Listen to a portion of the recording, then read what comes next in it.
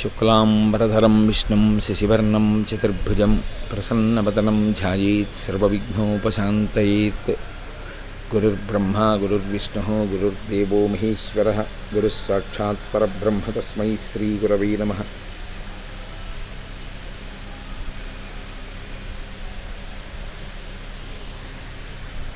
व्यासाय विष्णुरूपाय व्यासरूपाय विष्णवे नमो वै ब्रह्मनिधये वासिष्ठाय नमो नमः। कूजन्तं राम रामेति मधुरं मधुराक्षरम् आरुह्य कविताशाखां वन्दे वाल्मीकिकोकिलं। श्रुतिस्मृतिपुराणानाम् आलयं करुणालयं नमामि भगवत्पादशङ्करं लोकशङ्करं।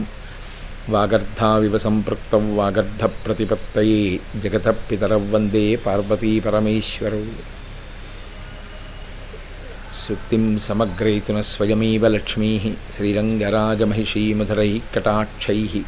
वैदग्ध्यवर्णगुणकुम्भनगौरवैर्यां कण्डूलकर्णकुहराः कवयोधयन्ति। हैमोर्ध्वपुण्ड्रमजहन्मकुटं सुनासं मन्दस्मितं मकरकुण्डलचारुगण्डं बिम्बाधरं बहुलदीर्घकृपाकटाक्षं श्रीवेङ्कटेशमुखमात्मनि सन्निधत्ताम्। विमलपटी कमलकुटी पुस्तकरुद्राक्षसस्तहस्तपुटी कामाक्षी पक्ष्मलाक्षी कलितविपञ्ची विभासि वैरिञ्ची। मनोजवं मरुततुल्यवेगं जितेन्द्रियं बुद्धिमतां वरिष्ठं वातात्मजं वनरयूथमुख्यं श्रीरामदूतं शिरसा नमामि। आपदामपहर्तारं दातारं सर्वसम्पदां लोकाभिरामं श्रीरामं भूयो भूयो नमाम्यहम्। హరి ఓం. పరమేశ్వర స్వరూపమైన సభకు నమస్కారం. చరించి ఇవాళ నుంచి ఒక 3 రోజుల పాటు పార్వతీ కళ్యాణం గురించి మాట్లాడతాను అని మీతో మనవి చేసి ఉన్నాను. జగదంబ అవ్యాజ కరుణామూర్తి. ఆమె యొక్క కారుణ్యమునకు ఒక కారణమేమీ ఉండదు, అంతటి కారుణ్యమూర్తి. ఇక ఆవిడ పాదములు పట్టి భజించిన వారైతే ఎంతైనా అనుగ్రహిస్తుంది ఆ తల్లి. ఆ అనుగ్రహించడం అనేటటువంటి మాటకి అసలు హద్దు తెలియనటువంటి రీతికి పతాక స్థాయి ఏది అంటే, అందరికీ తల్లి అయిన తల్లి, అఖిలాండేశ్వరి అయిన తల్లి, ఆ బ్రహ్మకీట జనని అయినటువంటి తల్లి ఒకరికి కుమార్తెగా జన్మించడం. ఆమె తనంత తాను లోకములకు తల్లి. ఆవిడ ఎప్పుడు ఆవిర్భవించింది, ఎప్పుడు జన్మించింది అంటే దాని గురించి చెప్పగలిగినటువంటి వాళ్ళు లోకంలో లేరు. నిత్యాయ త్రిగుణాత్మనే పురజితే కాత్యాయని శ్రేయసే సత్యాయాద్య కుటుంబినే మునిమన ప్రత్యక్ష చిన్మూర్తయే అంటారు శంకర భగవత్పాదులు శివానంద లహరి చేస్తూ. నిత్యాయ వాళ్ళు ఎప్పుడూ ఉంటారాయన పరమేశ్వరుడు. త్రిగుణాత్మనే పురజితే కాత్యాయని శ్రేయసే సత్యాయ్ ఆద్య కుటుంబిని. ఆది కుటుంబం అంటే మొట్టమొదటి కుటుంబం లోకంలో వాళ్ళిద్దరే, వాళ్ళే తల్లిదండ్రులు. అందుకే కాళిదాస మహాకవి వాగర్ధ వివసంపృక్తౌ వాగర్ధ ప్రతిపత్తయి జగత పితరౌ వందే పార్వతీ పరమేశ్వరవు అంటాడు. అటువంటి జగత్తుని కన్న తల్లిదండ్రులైనటువంటి పార్వతీ పరమేశ్వరులు వేరొకరికి బిడ్డలయ్యే అవకాశం ఉండదు. కానీ ఆ తల్లి ఎంత అనుగ్రహిస్తుంది అంటే, అమ్మ నిన్ను నా కూతురుగా చూడాలని ఉంది, నేను నీ గడ్డం పట్టుకుని నిన్ను నా కుమార్తెగా సంభావించి ముద్దు చెయ్యాలని ఉందమ్మా, నీకు నేను తండ్రిని అన్న కీర్తిని పొందాలనుంది, కాబట్టి నువ్వు నాకు కుమార్తెగా రావాలి అని ప్రార్థన చేసినటువంటి భక్తుల యొక్క కోరిక తీర్చడం కోసం ఆమె కొంతమందికి కుమార్తె అయింది. అలా అనుగ్రహించినటువంటి స్వరూపంలోనే ఆమె ఒకానొకప్పుడు కాత్యాయన మహర్షికి కుమార్తె అయింది, కాత్యాయని. ఆమె భృగు మహర్షికి కుమార్తె అయింది, భార్గవి. జనక మహారాజు గారికి కుమార్తె అయింది, జానకి. అలాగే పర్వతరాజుకి పుత్రి అయింది, పార్వతి. దక్ష ప్రజాపతికి కుమార్తె అయింది, దాక్షాయణి. మీరు ఒక్క విషయాన్ని మాత్రం చాలా జాగ్రత్తగా గమనించాలి. ఆవిడ ఎన్ని అవతారాలైనా స్వీకరిస్తుంది, ఎంతమందికైనా కుమార్తెగా ఆవిర్భవిస్తుంది. ఎంతమందికైనా కుమార్తెగా ఆవిర్భవించగలిగినటువంటి తల్లి పతిగా మాత్రం ఎప్పుడూ పరమేశ్వరుడే. అసలు ఆ విషయంలో ఇంకొక రకమైనటువంటి కోరిక ఎవరైనా మనసులో భావన చేసినంత మాత్రం చేత శంకరులు ఒక మాట అంటారు, శివే శృంగారార్ధ్ర తదితరజనే కుచ్చనపరా అంటారు. ఆవిడ కళ్ళల్లో బీభత్సరసం కనబడుతుంది. అమ్మ దగ్గరికి వెళ్ళినప్పుడు మగ ఆడ అని కాదు, ప్రత్యేకించి అమ్మ దగ్గరికి వెళ్ళేటటువంటి పురుషులు మేము అమ్మ కొడుకులము అన్న భావనతో వెళ్ళాలి తప్ప, అమ్మ దగ్గరికి వెళ్ళేవాళ్ళు మేము మగవాళ్ళము అన్న భావనతో వెళ్ళి నిలబడకూడదు. అలా నిలబడితే అవతలవాడు పురుషుడుగా తనని స్త్రీగా ఎవరు చూస్తాడో అలా చూసినటువంటి వాడి చూపుకి అమ్మవారి కండ్లల్లో భీభత్సరసం కనబడుతుంది అన్నారు శంకర భగవత్పాదులు. అంటే ఆమె జగజ్జనని కనుక ఆమె ముందు నిలబడినప్పుడు కేవలము మాతృభావన తప్ప అన్యభావన పనికిరాదు. అందుకే ఆవిడ లోకంలో ఆమె యందు కామము కలిగి ఉండడానికి అర్హత పొందినవాడు ఒక్క పరమేశ్వరుడే. అందుకే ఆమె శివకామ సుందరి. పరమేశ్వరునికి మాత్రము ఆయన యొక్క కామము కదలడానికి ఆమె తగినటువంటి క్షేత్రము తప్ప మిగిలిన వాళ్ళకి ఆవిడ అఖిలాండేశ్వరి, సమస్త భువనములకు ఆవిడ తల్లి. అటువంటి తల్లి అపారమైన కారుణ్యం చేత కుమార్తెగా జన్మిస్తుంటుంది. అలా ఆమె అవతరించినటువంటి అవతారాల్లో ఒక ప్రశస్తమైనటువంటి అవతారం దాక్షాయణి. దాక్షాయణి అన్న పేరుతో ఆవిడ ఆవిర్భవించింది ఒకప్పుడు. ఎందువల్ల అంటే దక్ష ప్రజాపతి కోరుకున్నాడమ్మా, నువ్వు నా కడుపున పుట్టాలి, నీవు నాకు కుమార్తెవి కావాలి, అనుగ్రహించింది, దాక్షాయణిగా జన్మించింది.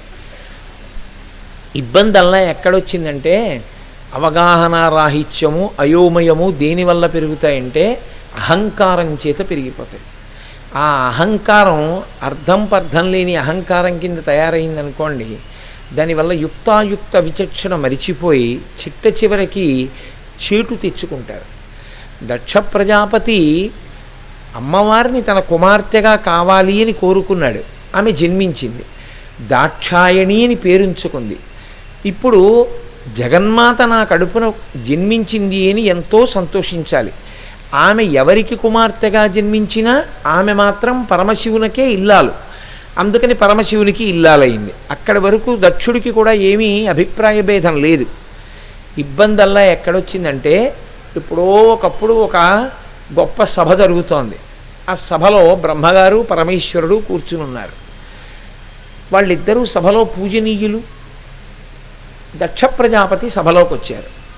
దక్ష ప్రజాపతి సభలోకి వస్తే అందరూ లేచి నిలబడ్డారు.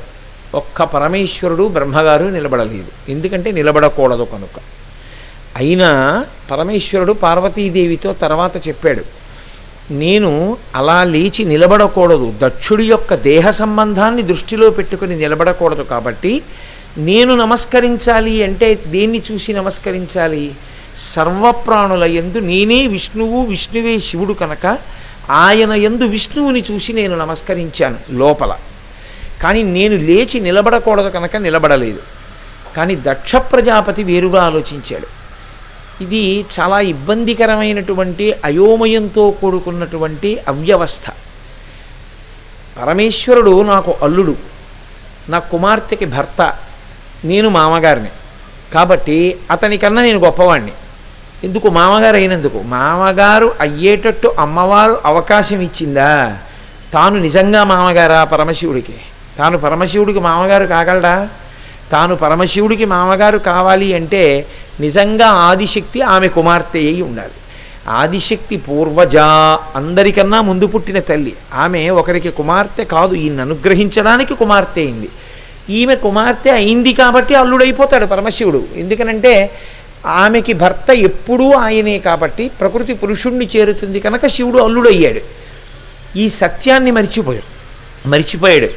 తాను పరమేశ్వరుడికి మామగారిగా ఉండడంలో ఎంత అభ్యున్నతిని పొందాను అన్నదాన్ని విస్మరించి నేను మామగారిని కాబట్టి పరమేశ్వరుడు లేచి నిలబడలేదు ఈ మిష పెట్టుకున్నాడు.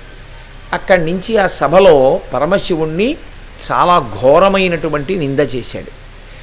అది నింద చేసిన పరమేశ్వరుడి పట్ల నిందావాక్యము అన్వయము కాదు.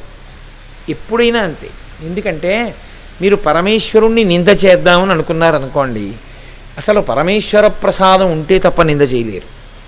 పరమేశ్వరుడు అనుగ్రహిస్తే సరేలే నన్ను నింద చెయ్యి అని ఆయన అనుగ్రహించాడు అనుకోండి, మీరు నింద చేయగలరు. ఆయన నేను అంగీకరించను అన్నాడు అనుకోండి, మీరు నిందించలేరు. ఎందుకనో నేను చెప్పనే. ఆయన్ని నింద చేద్దామని ఒకడు అనుకున్నాడు, నింద చేసి మాట్లాడాలి కదా. పరమేశ్వరుడు వాక్స్తంభనం చేశాడు అనుకోండి, ఎలా నిందిస్తాడు? ఫోన్లేండి పైకి తిట్టను లోపల తిట్టుకుంటానన్నాడు అనుకోండి, ఆయన ఊపిరిగా బయటికి వెళ్ళిపోయాడు అనుకోండి, ఎలా తిడతాడు?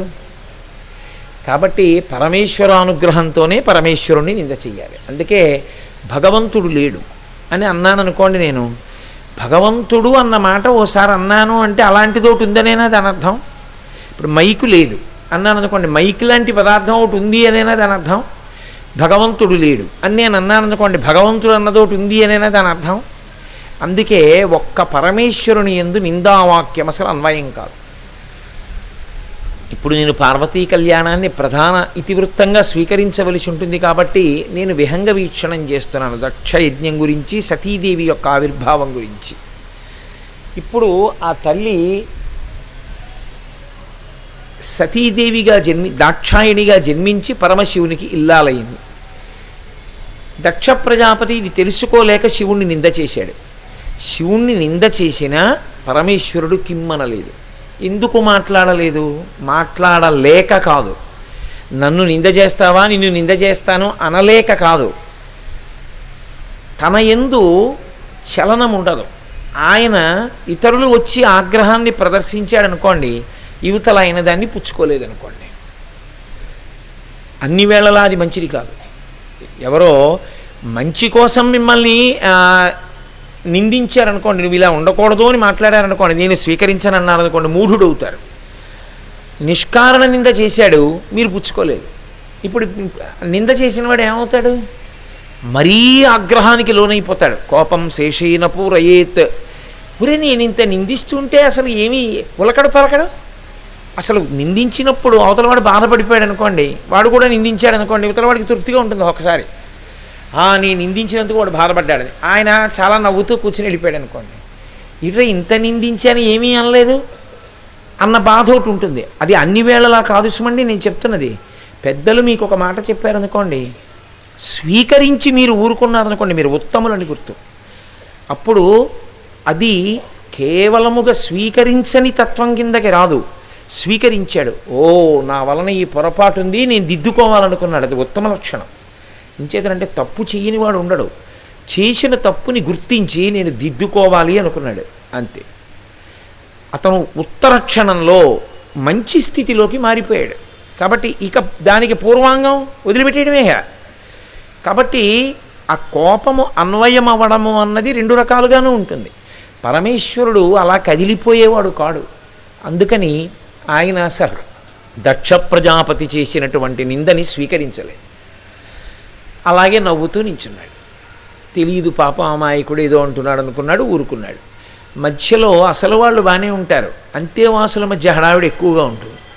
అందుకని దక్ష ప్రజాపతి పనుపున భృగు మహర్షి, పరమశివుడి పనుపున నందీశ్వరుడు, వీళ్ళిద్దరి మధ్య పెద్ద వాగ్వివాదం చెలరేగింది. ఇద్దరు శాపవాక్కులు విడిచిపెట్టుకునేంత స్థాయికి వెళ్ళిపోయారు. అయిపోయింది, పరమేశ్వరుడు ఇంటికి వెళ్ళిపోయాడు. మనసుకి పట్టలేదు అన్న మాటకు అర్థం ఏమిటి? ఇప్పుడు ఉత్తర క్షణం ఈ మాట ఎవరికి చెప్పాలి? అసలు ఇంటికి వెళ్ళి పార్వతీదేవికి చెప్పాలి. మీ నాన్నగారు ఏమన్నాడో తెలుసా అనాలి, మా మామగారు ఏమన్నాడో తెలుసా కాదు. ఎందుకని అంటే మరి నిందించాడు కదా, మీ నాన్నగారు ఏమన్నారో తెలుసా అనాలి. అసలు ఆయన ఏమీ అనలేదు, మా మామగారు అనలేదు, మీ నాన్నగారు అనలేదు. ఇది చెప్పలేదు. ఎందుకు చెప్పలేదంటే ఆయన మనసుకు పట్టలేదు. ఆయన వెళ్ళాడు, ఆయన పనిలో ఆయన నిమగ్నం అయ్యాడు. పట్టినవాడెవరు? దక్షుడికి పట్టింది. అరే నేను ఇంత నిందించాను ఒక్క మాట అనలేదు, వెళ్ళిపోయాడు. కాబట్టి దీన్ని కోపము దీర్ఘకాలమునందు ఉండిపోయింది అనుకోండి, దాన్ని క్రోధము అంటారు. అది అత్యంత ప్రమాదహేతువు. క్రోధకృత్కర్త అని మనం తెల్లవారి లేస్తే విష్ణు సహస్రంలో చదువుతూ ఉంటాం. చాలా దీర్ఘకాలము ఉండిపోయేటటువంటి క్రోధముగా కానీ కోపము పరిణమిస్తే దాని వలన ఇబ్బంది ఎవరికి వస్తుంది అంటే, ఎవరు ఆ క్రోధమునకు వశుడయ్యాడో వాడే ఆ ఇబ్బందికి లోనైపోతాడు. కాబట్టి ఇప్పుడు ఇంకా పరమేశ్వరుణ్ణి రెచ్చగొట్టాలనుకున్నాడు. ఏదో ఒకటి అంటే తప్ప ఈయనకి తృప్తి ఉండదు.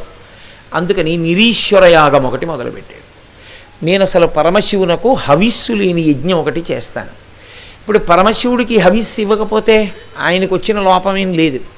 కానీ ఈయన ఏమనుకున్నాడంటే పరమశివుడికి హవిస్సు లేని యాగం ఒకటి నేను చేస్తే ఆయన్ని చిన్నబుచ్చినట్లు అవుతుంది. ఇంతమందిని పిలిచి నేను ఆయన్ని పిలవకపోతే, ఆయనకి హవిస్సు ఇవ్వకపోతే అవమానం కదా, పనికి మాలిన వాడి కింద లెక్క కట్టినట్టు కదా. కాబట్టి నేను పరమశివుడు పనికి మాలిన వాడని ఇలా నిరూపిస్తాను. అంటే ఆ క్రోధానికి హద్దు లేదు. ఆ క్రోధానికి యుక్తాయుక్త విచక్షణ లేనటువంటి స్థితికి తీసుకెళ్ళిపోయాడు. అసలు క్రోధానికి ఉండేటటువంటి మొట్టమొదటి లక్షణం అది.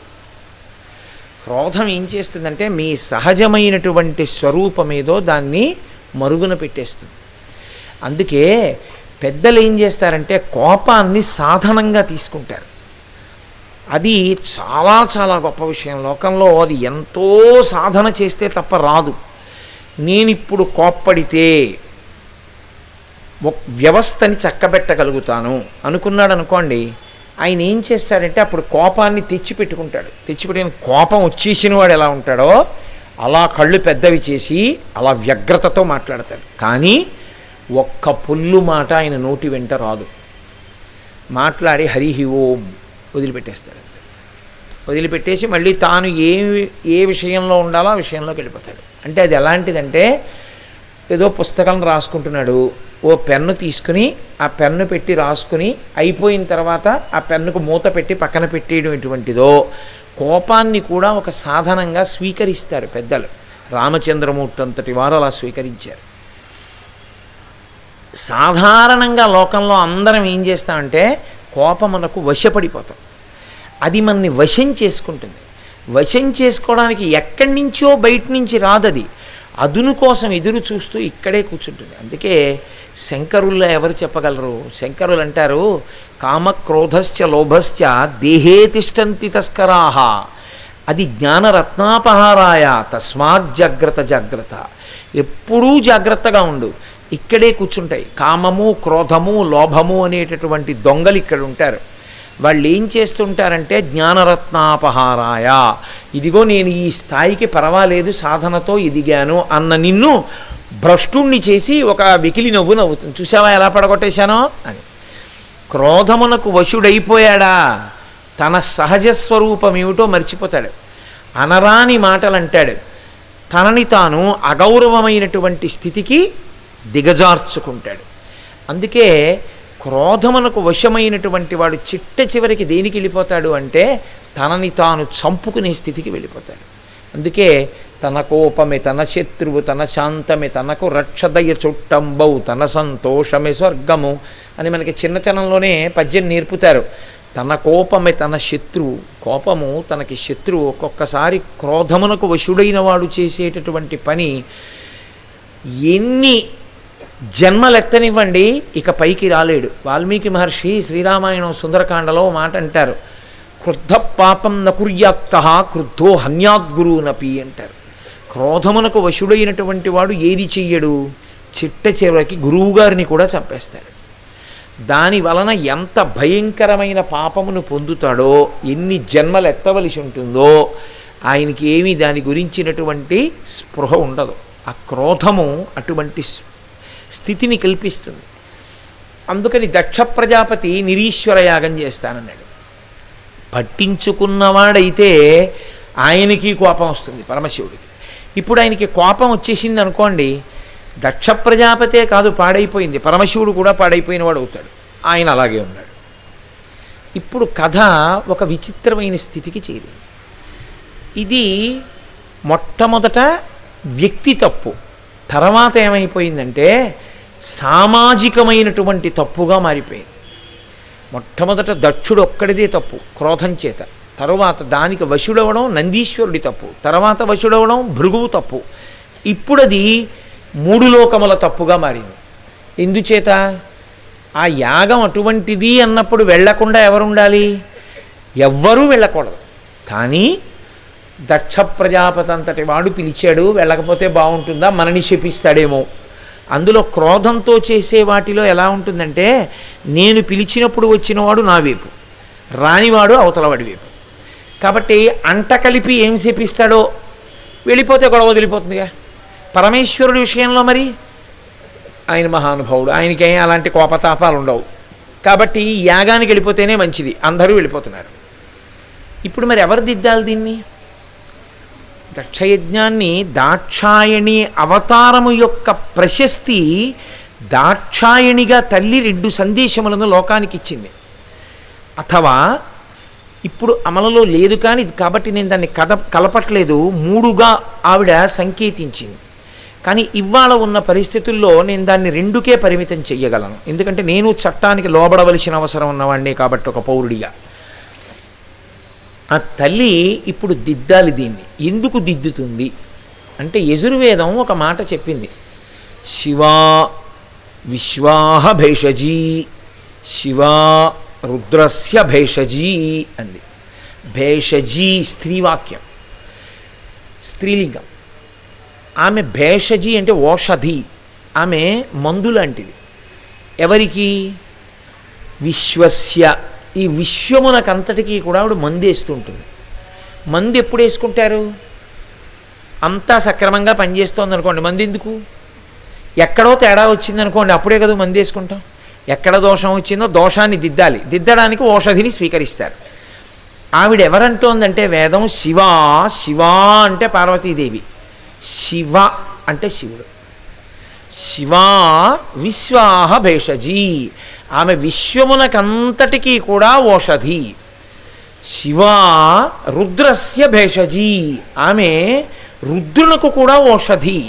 ఎలా అంటే కుటుంబంలో అమ్మ ఏ పాత్ర పోషిస్తుందో విశ్వమునందు పరదేవత అదే పాత్ర పోషిస్తుంది. కుటుంబంలో పిల్లాడు సరిగ్గా చదువుకోవట్లేదు, ఆఫీస్ నుంచి సంతోషంగా ఇంటికి వచ్చినటువంటి భర్తకి కాఫీ ఇచ్చి, ఏమిటో అనుకుంటున్నారు, మీరు సంతోషంగా మీరు ప్రయోజకులు అయ్యారు కదా, మీకు అందరూ నమస్కారాలు పెడుతున్నారు కదా, మీకు మంచి పేరు ప్రఖ్యాతి వచ్చాయి కదా అని ఇల్లు పట్టకుండా తిరుగుతున్నారు. నేను ముందే చెప్తున్నాను, తర్వాత నన్ను అనద్దు, మీ కొడుకు అన్నీ సున్నలంటుంది. మీ కొడుకు అంటుంది, మన కొడుకు అంతం, లేదా నా కొడుకు అంత, వాడికి మంచి మార్కులు వచ్చాయనుకోండి, నా కొడుకు అంటుంది. అది పరదేవతా తత్వం, అది అమ్మలో ఉన్న గొప్పతనం. అదేమి నేను దాన్ని దోషం పట్టట్లేదు, అలా ఉంటుంది కాబట్టే పిల్లలు సంస్కరింపబడతారు. అంటే ఆయన ఏమవుతాడంటే ఆయన శివుడు, సంతోషంగా వచ్చాడు ఇంటికి, కాఫీ తాగా హాయిగా ఏదో కులాసాగా మాట్లాడదాం అనుకున్నాడు, రుద్రుడు అవుతాడు. ఇప్పుడు శివుడు రుద్రుడై విశ్వాన్ని శిక్షిస్తాడు కొడుకుని. బెల్ట్ తీసి 4 దెబ్బలు ఉతికేస్తాడు. ఎరా ఇంత ఫీజు కడుతున్నాను, ఇన్ని కొన్నాను, బుద్ధుందా లేదా, నువ్వు స్కూల్కి ఎందుకు వెళ్ళావురా, ఈ మార్కులు ఏమిటిరా అని కొడుతూ ఉంటాడు. చూస్తుంది కాసేపు, ఓ 10 దెబ్బలు కొట్టాక అడ్డొచ్చి అడ్డంగా నిలబడి, పిల్లాన్ని చంపేస్తారా ఏ, కొట్టమంటే అదే కొట్టడం, 6 నెలలకో ఏడాదికో ఒకసారి కొట్టడం, ఏమి అన్ని ప్రవచనాలు ఎందుకు, తగ్గించి మీరు కూర్చోండి, వాడి దగ్గర హోంవర్క్ చేస్తాడు అంటుంది. ఎక్కడ లేని కోపం వస్తుంది భర్తకి. ఆ బెల్ట్ అవతల పరిచి, దిక్కుమాలిన సంసారం మీరు, ఎలా ఏడిస్తే అలా ఏడవండి అని వెళ్ళి కూర్చుంటాడు. కాసేపు ఆగి ఓ గంట పోయిన తర్వాత రండి పలహారం చేశానంటే, నేను రానంటాడు ఆయన. సరే, ఆ తర్వాత ఇంక నేను చెప్పక్కర్లేదు అని స్వానుభవం ఉన్న చెప్పు చవటలారా, అందరికీ తెలుసున్నది. పెడతాడు, ఏదో పలహారం చేస్తాడు, అప్పుడు వడ్డిస్తూ అంటుంది. కిందటి నెల వాడికి బాగా చెవుపోటు వస్తే ఎంతమంది ఈఎన్టీ స్పెషలిస్టుల దగ్గరికి తిప్పారు మీరు? డాక్టర్ గారు ఏం చెప్పారు, వాడికి ఎప్పుడు పైన దెబ్బ తగలకుండా చూడండి కొన్నాళ్ళని చెప్పారా? అలా కొట్టేశారే, బెల్ట్ దెబ్బ తగిలితే ఏమి, అందుకు అడ్డుకున్నాను. కొట్టండి, నేను కాదన్ను, తండ్రి మీరు కొట్టకపోతే వాడు ఎలా దారిలోకి వస్తాడు, కానీ కొంచెం చూసి కొట్టాలి కదా, ఎంత అవసరమో అంత కొట్టండి. మళ్ళీ మీరే అనునయం చేయాలి, కాస్త దగ్గర ఉండండి, చూస్తూ ఉండండి. నా కోపం అంటారా, తాటాకులు మంట, అమ్మ చెప్తే వాడేం వింటాడు, మీరు చెప్తే వింటాడు కానీ అంటే. వెంటనే రుద్రుడు శివుడైపోతాడు. శివుడైపోయి ఆ గదిలోకి వెళ్ళి వాడు వెక్కి వెక్కి వెక్కి వెక్కి ఏడ్చి పడుకుంటాడు. వాడి దగ్గరికి వెళ్ళి ఒకసారి వాడిని అటు ఇటు తిప్పి బెల్ట్ దెబ్బలు పడినటువంటి చారికలు చూసి, అరే రే రే రే నాన్న ఎంత కొట్టేశాను రా, లేదు రేపటి నుంచి నాన్న నేను నీతో ఉంటానుండు అని భార్య చూడకుండా కళ్ళొత్తుకుని వెళ్ళి పడుకుంటాడు. కొడుకుని తీసుకెళ్ళి తన పక్కన పడుకోబెట్టుకుని. ఇప్పుడు ఆవిడే శివుణ్ణి రుద్రుణ్ణి చేసింది, ఆవిడే రుద్రుణ్ణి శివుణ్ణి చేసింది, ఆవిడే కొడుకుని కొట్టించింది, ఆవిడే కొడుకు మీద తండ్రికి ప్రేమ కలిగేట్టు చేసింది. దేనికి? ఇద్దరి అభ్యున్నతికి. తండ్రి పేరు నిలబెడాలి, కొడుకు వృద్ధిలోకి రావాలి. శివా అమ్మవారు ఏం చేస్తుందని చెప్తోందంటే వేదం, రుద్రస్య భేషజీ, కోపం వచ్చినటువంటి రుద్రుణ్ణి శివుణ్ణి చేస్తుంది. ప్రశాంతంగా పట్టించుకోకుండా హాయిగా తనలో తాను రమిస్తున్నటువంటి శివుణ్ణి రుద్రుణ్ణి చేస్తుంది. చేసి విశ్వాన్ని ఓ దెబ్బ కొట్టిస్తుంది తప్పు చేసినప్పుడు. అప్పుడు అందరూ దారిలోకి వస్తారు. కాబట్టి ఇప్పుడు ఎవరు జోక్యం చేసుకోవాలి? దక్షుడు ఒక్కడు చేసిన తప్పు అందరూ చేసిన తప్పుగా మారిపోతుంటే ఎవరు జోక్యం చేసుకోవాలి? ఆవిడే జోక్యం చేసుకోవాలి. చేసుకునేటప్పుడు పతివ్రతా లక్షణం ఒకటి ఉంటుంది. ఇప్పుడు వాళ్ళు తప్పు చేస్తున్నారు, మీరు పట్టించుకోవట్లేదు, నేను జోక్యం చేసుకుంటాను అనకూడదు. శంకర భగవత్పాదులు మహాపురుషులు. అలా నేను అంటూనే ఉంటా, ఏదో మధుర పదార్థాన్ని తిన్నవాడు త్రేయించినట్టు రోజు అంటాను ఆ మాట. ఎందుకంటే ఆమె ఎటువంటి మహాసామ్రాజ్ఞియో సౌందర్యలహరిలో చెప్పి చిట్ట చివరికి వెళ్ళిపోయాక సౌందర్యలహరిలో చమత్కారమైన మాట అన్నారు. ఎవరో తెలుసా అమ్మవారు? మహామాయా విశ్వం భ్రమయసి పరబ్రహ్మ మహిషి అన్నారు. ఆమె పరబ్రహ్మము యొక్క మహిషి అన్నారు. ఇల్లాలు. ఇల్లాలు అన్నప్పుడు ఒక లక్షణం ఉంటుంది. ఎంచేతనంటే ఎక్కడికి ఎలా ఉండాలో అలా ఉండడం ధర్మం. సభకి వెళ్ళామనుకోండి వినాలి. రామకోటో ఇంకోటో రాసుకుందాం అనుకున్నారనుకోండి ఇంటి దగ్గర రాసుకోవాలి. సభకు వచ్చి ముందు కూర్చోవడం ఎందుకు, రాసుకోవడం ఎందుకు? అర్థం లేని పని. అంటే అసందర్భమైన ప్రవర్తన అంటారు. అలాగే కొంతమంది ఏం చేస్తారు? ఇల్లాలు ఏం చేయాలి? భర్త మాటకి కట్టుబడాలి, భర్త మాట పాటించాలి. అలా భర్త మాట పాటించిందనుకోండి ఆవిడ్ని ఇల్లాలంటారు. గౌరవము కలిగినటువంటి పతివ్రత. భర్త శాసనమునకు ఆమె లోబడి ఉండాలి తప్ప ఆవిడ స్వతంత్రంగా ప్రవర్తించిందనుకోండి ఇంకేమి మర్యాద, ఇంకేం కుటుంబం, ఇంకేం భర్త మీద గౌరవం.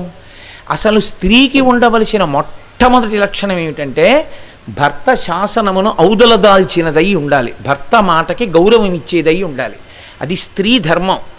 జగద్గురువులైనటువంటి శంకరాచార్యుల వారు పరదేవత విషయంలో స్త్రీ ధర్మాన్ని ఎలా ఉల్లంఘింపచేస్తారు? ఆవిడ మహాసామ్రాజ్ఞి, శివుడేమో ఆయన మాట వింటుంటాడు చేకట్టుకునని ఎలా చెప్తారు? అందుకే సౌందర్యలహరి చిట్ట చివరిలో మహామాయా విశ్వం భ్రమయసి పరబ్రహ్మ మహిషి అన్నారు. ఆమె మహామాయ, విశ్వమును తిప్పుతూ ఉంటుంది, కానీ ఆమె పరబ్రహ్మము యొక్క ఇల్లాలు. అలా అంటేనే ఒక స్త్రీ పరిపూర్ణత్వాన్ని పొందినట్లవుతుంది. అమ్మవారు కూడా సదాశివుని ఇల్లాలుగా మహాపతివ్రత. ఆ తల్లి పరమేశ్వరుడి మాట వినేది అంటేనే ఆవిడ సంతోషిస్తుంది. అసలు లోకంలో ఒక పెద్ద రహస్యం చెప్తారు. సౌందర్యలహరి చదువుదాం అనుకున్నా, సౌందర్యలహరి ప్రవచనం చెయ్యాలనుకున్నా, తిన్నగా సౌందర్యలహరిని మొదలుపెట్టినా, తిన్నగా అమ్మవారిని పొగిడినా అమ్మవారు భ్రుకుటి ముడేస్తుంది. వీడేవాడు దుర్మార్గుడు నన్ను పొగుడుతున్నాడు అని. అమ్మవారు సంతోషించాలంటే పరమేశ్వరుణ్ణి పొగడాలి. అది పతివ్రతా లక్షణం. భర్తని పొగిడితే తాను సంతోషిస్తుంది. అందుకే శంకర భగవత్పాదులు ఇది దృష్టిలో పెట్టుకుని సౌందర్యలహరి అమ్మవారి గురించి చెప్తున్నా అమ్మవారితో మొదలు పెట్టాల. శివా అని మొదలుపెట్టలేదు. శివశక్త్యాయుక్తో భర్త పేరుతో మొదలెట్టారు. ఆమె భర్త అయిన శివుడి పేరుతో మొదలెడితే నడుస్తుంది సౌందర్యలహరి. అందుకే సౌందర్యలహరి బాగా అర్థం అవ్వాలనుకున్న వాళ్ళు శివానందలహరి చదివి సౌందర్యలహరి చదవండి అని చెప్తారు పెద్దలు. అందుకే చూడండి, అంతటి మహాపతివ్రత అయిన తల్లి భర్త దగ్గరికి వెళ్ళి ఇప్పుడు నేను జోక్యం చేసుకుంటాను, మా నాన్నగారు తప్పు చేస్తున్నారు, మా నాన్నగారిని శిక్షిస్తాను, మీకేమి పట్టదు, కిమ్మనకుండా కూర్చుంటారు, కాబట్టి మీ గౌరవం నేను తీసుకొస్తాను, పిల్లలు ఎవరు మాట వింటలేదు, 3 భువనములను నేను చూడండి ఎలా దారిలో పెడతాను అంటే ఇంకా ఆయనేమి విశ్వనాథుడు, ఆయన విశ్వనాథుడు. అప్పుడు ఆయన గౌరవం పోయినట్టు అవుతుంది. అందుకని అలా జోక్యం చేసుకోకూడదు. ఆవిడ పతివ్రతా స్థాయికి కట్టుబడి మాత్రమే జోక్యం చేసుకుంటుంది. అది దాక్షాయణీ తత్వం యొక్క సందేశం. అందుకే ఆవిడంది ఒకసారి అలా మేడ మీదకి వెళ్ళింది. ఓహో ఋషులు వెళ్ళిపోతున్నారు దివ్య విమానాల్లో, దేవర్షులు వెళుతున్నారు, మహర్షులు వెళుతున్నారు, చూసింది. కిందకు వచ్చి శివుడి దగ్గరికి వెళ్ళింది. వెళ్ళి అంది, నేను అన్ని పద్యాలు ఇప్పుడు చెప్పలేను కానీ విహంగ వీక్షణం చేస్తానంతేను దక్షయజ్ఞాన్ని మీకు మనవి చేశాను, ఎందుకంటే 3 రోజుల్లో పార్వతీ కళ్యాణం పూర్తి చెయ్యాలి కనుక. ఆవిడంది, చూశారా, కావున ఆ యజ్ఞమునకు ఈ విభుదగణంబులర్ధియే గెదరదిగో దేవా మనమిప్పుడచటికి పోవలనను కోర్కె నాకు పుట్టెడు అభవా అంది. ఎంత అందంగా మాట్లాడిందో చూడండి ఇల్లాలిగా. కావున, దేనికి కావున? మా నాన్నగారు అక్కడ యజ్ఞం చేస్తున్నారు, ఎక్కడ దక్షుణ్ణి నిందించలేదు ఆవిడ. ఆ యజ్ఞమునకు ఈ విభుదగణంబులర్ధియే గెదరదిగో. ఇదిగో ఈ దేవర్షులు, ఋషులు, మహర్షులు వీళ్ళందరూ వెడుతున్నారు. దేనికి వెడుతున్నారు? అర్ధి. మా నాన్న దక్ష ప్రజాపతి ఇచ్చే తాంబూలాల కోసం వెడుతున్నారు. అంతర్లీనంగా దెప్పి పొడిచింది, వీళ్ళ జ్ఞానం మట్టి కరిచిందని. కాబట్టి అలా వాళ్ళు ఎడుతున్నారే, దేవా మనమిపుడచటికి పోవలనను కోర్కె నాకు పుట్టెడు అభవా. మా తండ్రి యజ్ఞం చేస్తుంటే ఇంతమంది వెడుతున్నారే, మన ఇద్దరం వెళ్ళొద్దు, కాబట్టి మనం కూడా వెడదామండి అంది. ఒక ఆడపిల్ల ఎలా మాట్లాడుతుందో అలాగే మాట్లాడి, మా నాన్నగారు చేసే యజ్ఞం చూడడానికి నా చెల్లెళ్ళు అందరు వస్తారు, మా మరుదులు వస్తారు, మనకు అంత ఖాళీ ఉండదు అంతమంది ఇంటికి వెళ్ళడానికి, ఒక్కసారి నాన్నగారి ఇంటికి వెడితే అందరినీ చూసేయచ్చు, అందుకని వెడదాం వస్తారా అంది. ఆయన ఒక్కసారి కళ్ళు మూసి ఆలోచించి అన్నాడు, మనని పిలవలేదుగా అన్నాడు. అంటే ఆవిడ వెంటనే ధర్మం చెప్పింది. అనయము పిలువకయుండం చన అనుచితమందువేని జనక గురు సుహృత్ జననాయక గేహములకు చనుచుందురు పిలువకున్న సజ్జనులధిపా. నీకు తెలియని ధర్మమా పరమేశ్వర? ఈశాన సర్వ విద్యానాం ఈశ్వర సర్వభూతానాం బ్రహ్మాధిపతి బ్రహ్మణోధిపతి బ్రహ్మా శివోమే అస్తు సదాశివోం. మీరు సమస్త శాస్త్రములు మీ అందే ఉంటాయి. పిలవకపోయినా 4 ఇళ్ళకి వెళ్ళచ్చు. జనక కన్న తండ్రి ఇంట్లో ఏదైనా జరుగుతుంటే ఆ పిల్లని పిలవలేదు అని ఆ పిల్ల రాకుండా ఉండకూడదు, అల్లుడు గారు రాకుండా ఉండకూడదు, కూతురు అల్లుడు పిలుపు లేకుండా వచ్చేసేయచ్చు. ఎందుచేత అంటే ఒక్కటే కారణం, కూతురు దానం ఇచ్చేటప్పుడు చతుర్థి విభక్తి వేయలేదు కాబట్టి తండ్రి గారికి అధికారం ఉంది. 2, అల్లుడు గారు పుత్రపంచకంలో ఒకడవుతాడు, 5గురిలో ఒకడవుతాడు, అందుకే మధుపర్కం ఇస్తుంది. మధుపర్కం అంటే ఆ జరియంచు బట్ట కాదు, తేనె నెయ్యి కలిపి అత్తగారు మామగారు ఇస్తారు. అంటే నాయన ఇవాళ నుంచి నాకు 5 రకములైన కొడుకులు ఉంటారు, అందులో నువ్వు కూడా నాకు కొడుకు అవుతావు అత్తమామలకి. పుత్రపంచకంలో అల్లుడు కూడా కొడుకు వరుసలోకి వస్తాడు. అందుకే మామగారికి ఒంట్లో బాగోలేకపోతే చేయి పట్టుకోవడానికి, హాస్పిటల్కి తీసుకెళ్ళడానికి, తీసుకురావడానికి, అత్తమామల సేవ చేసి తరించడానికి మార్గం ఉంది. తప్పేం లేదు, అత్తగారికి మామగారికి ఉపకారం చెయ్యొచ్చు, అంతేకాని నాకెందుకండి అనకూడదు. కాబట్టి అనయము పిలువకయుండన్, పిలవకపోయినా 4 ఇళ్ళకి వెళ్ళాలి. జనక తండ్రి గారింటికి వెళ్ళాలి.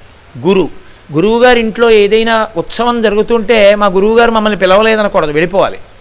సుహృత్ మంచి స్నేహితుడు నాకు మా రామకృష్ణారావు గారిలా, అటువంటి సుహృత్ ఇంట్లో ఏదో జరుగుతోంది ఉత్సవం, పిలవక్కర్లేదు, వెళ్ళిపోవడమే. సుహృత్ జననాయక రాజ్యాన్ని ఏలేటటువంటి రాజు, ఆ రాజుగారి ఇంట్లో ఉత్సవం జరుగుతోంది, ప్రజల్ని పిలవక్కర్లేదు, వెళ్ళచ్చు. ఈ 4 చోట్లకి వెళ్ళచ్చు. ఇప్పుడు నా తండ్రి ఇంట్లో జరిగితే పిలవాలని ఎక్కడుంది? కాబట్టి వెళ్ళాలిగా, శాస్త్రం అది కదా, మరి మీరు ఎందుకు కాదంటున్నారండి అంటే ఆయన అన్నాడు, ఇంకెంతకని దాస్తాడు. పార్వతీ నాకు ఈ శాస్త్రం తెలియక కాదు, ఎందుకు వద్దన్నానో తెలుసా? కుటిల బుద్ధులైన కుజనుల ఇండ్లకు ఆర్యులేగవారనాదరమున బొమలు ముడులు వేచి భూరి రాషాక్షులై చూతురదియు కాక ఇదియు వినుము. నోటితో ఏమనరు అసలు, ఇలా తలుపు తీస్తారు, తలుపు తీసి ఇలా చూస్తారు, చూసి బొమలు ముడులు వేయించి, ఇలా కనుబొమ్మలు ముడివేయించి మీరెందుకు వచ్చారు అన్నట్టుగా వెనక్కి తిరిగి లోపలికి వెళ్ళిపోతారు. కుటిల బుద్ధులైన కుజనుల ఇండ్లకు ఆర్యులేగవారనాదరమున. కుటిల బుద్ధులైన వాళ్ళ ఇంటికి పెద్ద మనసున్న వాళ్ళు వెడితే అవతల వాళ్ళు పెద్ద మనసున్న వాళ్ళు అయిపోవాలని లోకంలో ఎక్కడా లేదు. వాళ్ళు అలా చూస్తారు, చూసి పలకరించరు, పలకరించకుండా లోపలికి వెళ్ళిపోతారు. ఇప్పుడు మనమే లోపలికి వెళ్ళి పలకరించే ప్రయత్నం చేస్తే చాలా మనసు క్లీశపడేలా మాట్లాడతారు, అప్పుడు ఇబ్బంది పడతావు. నువ్వు దక్షుని కూరిమిసుతలలో ఒకతెవైనను నా సంబంధముచే పూజ పడగ జాలవుతరుని.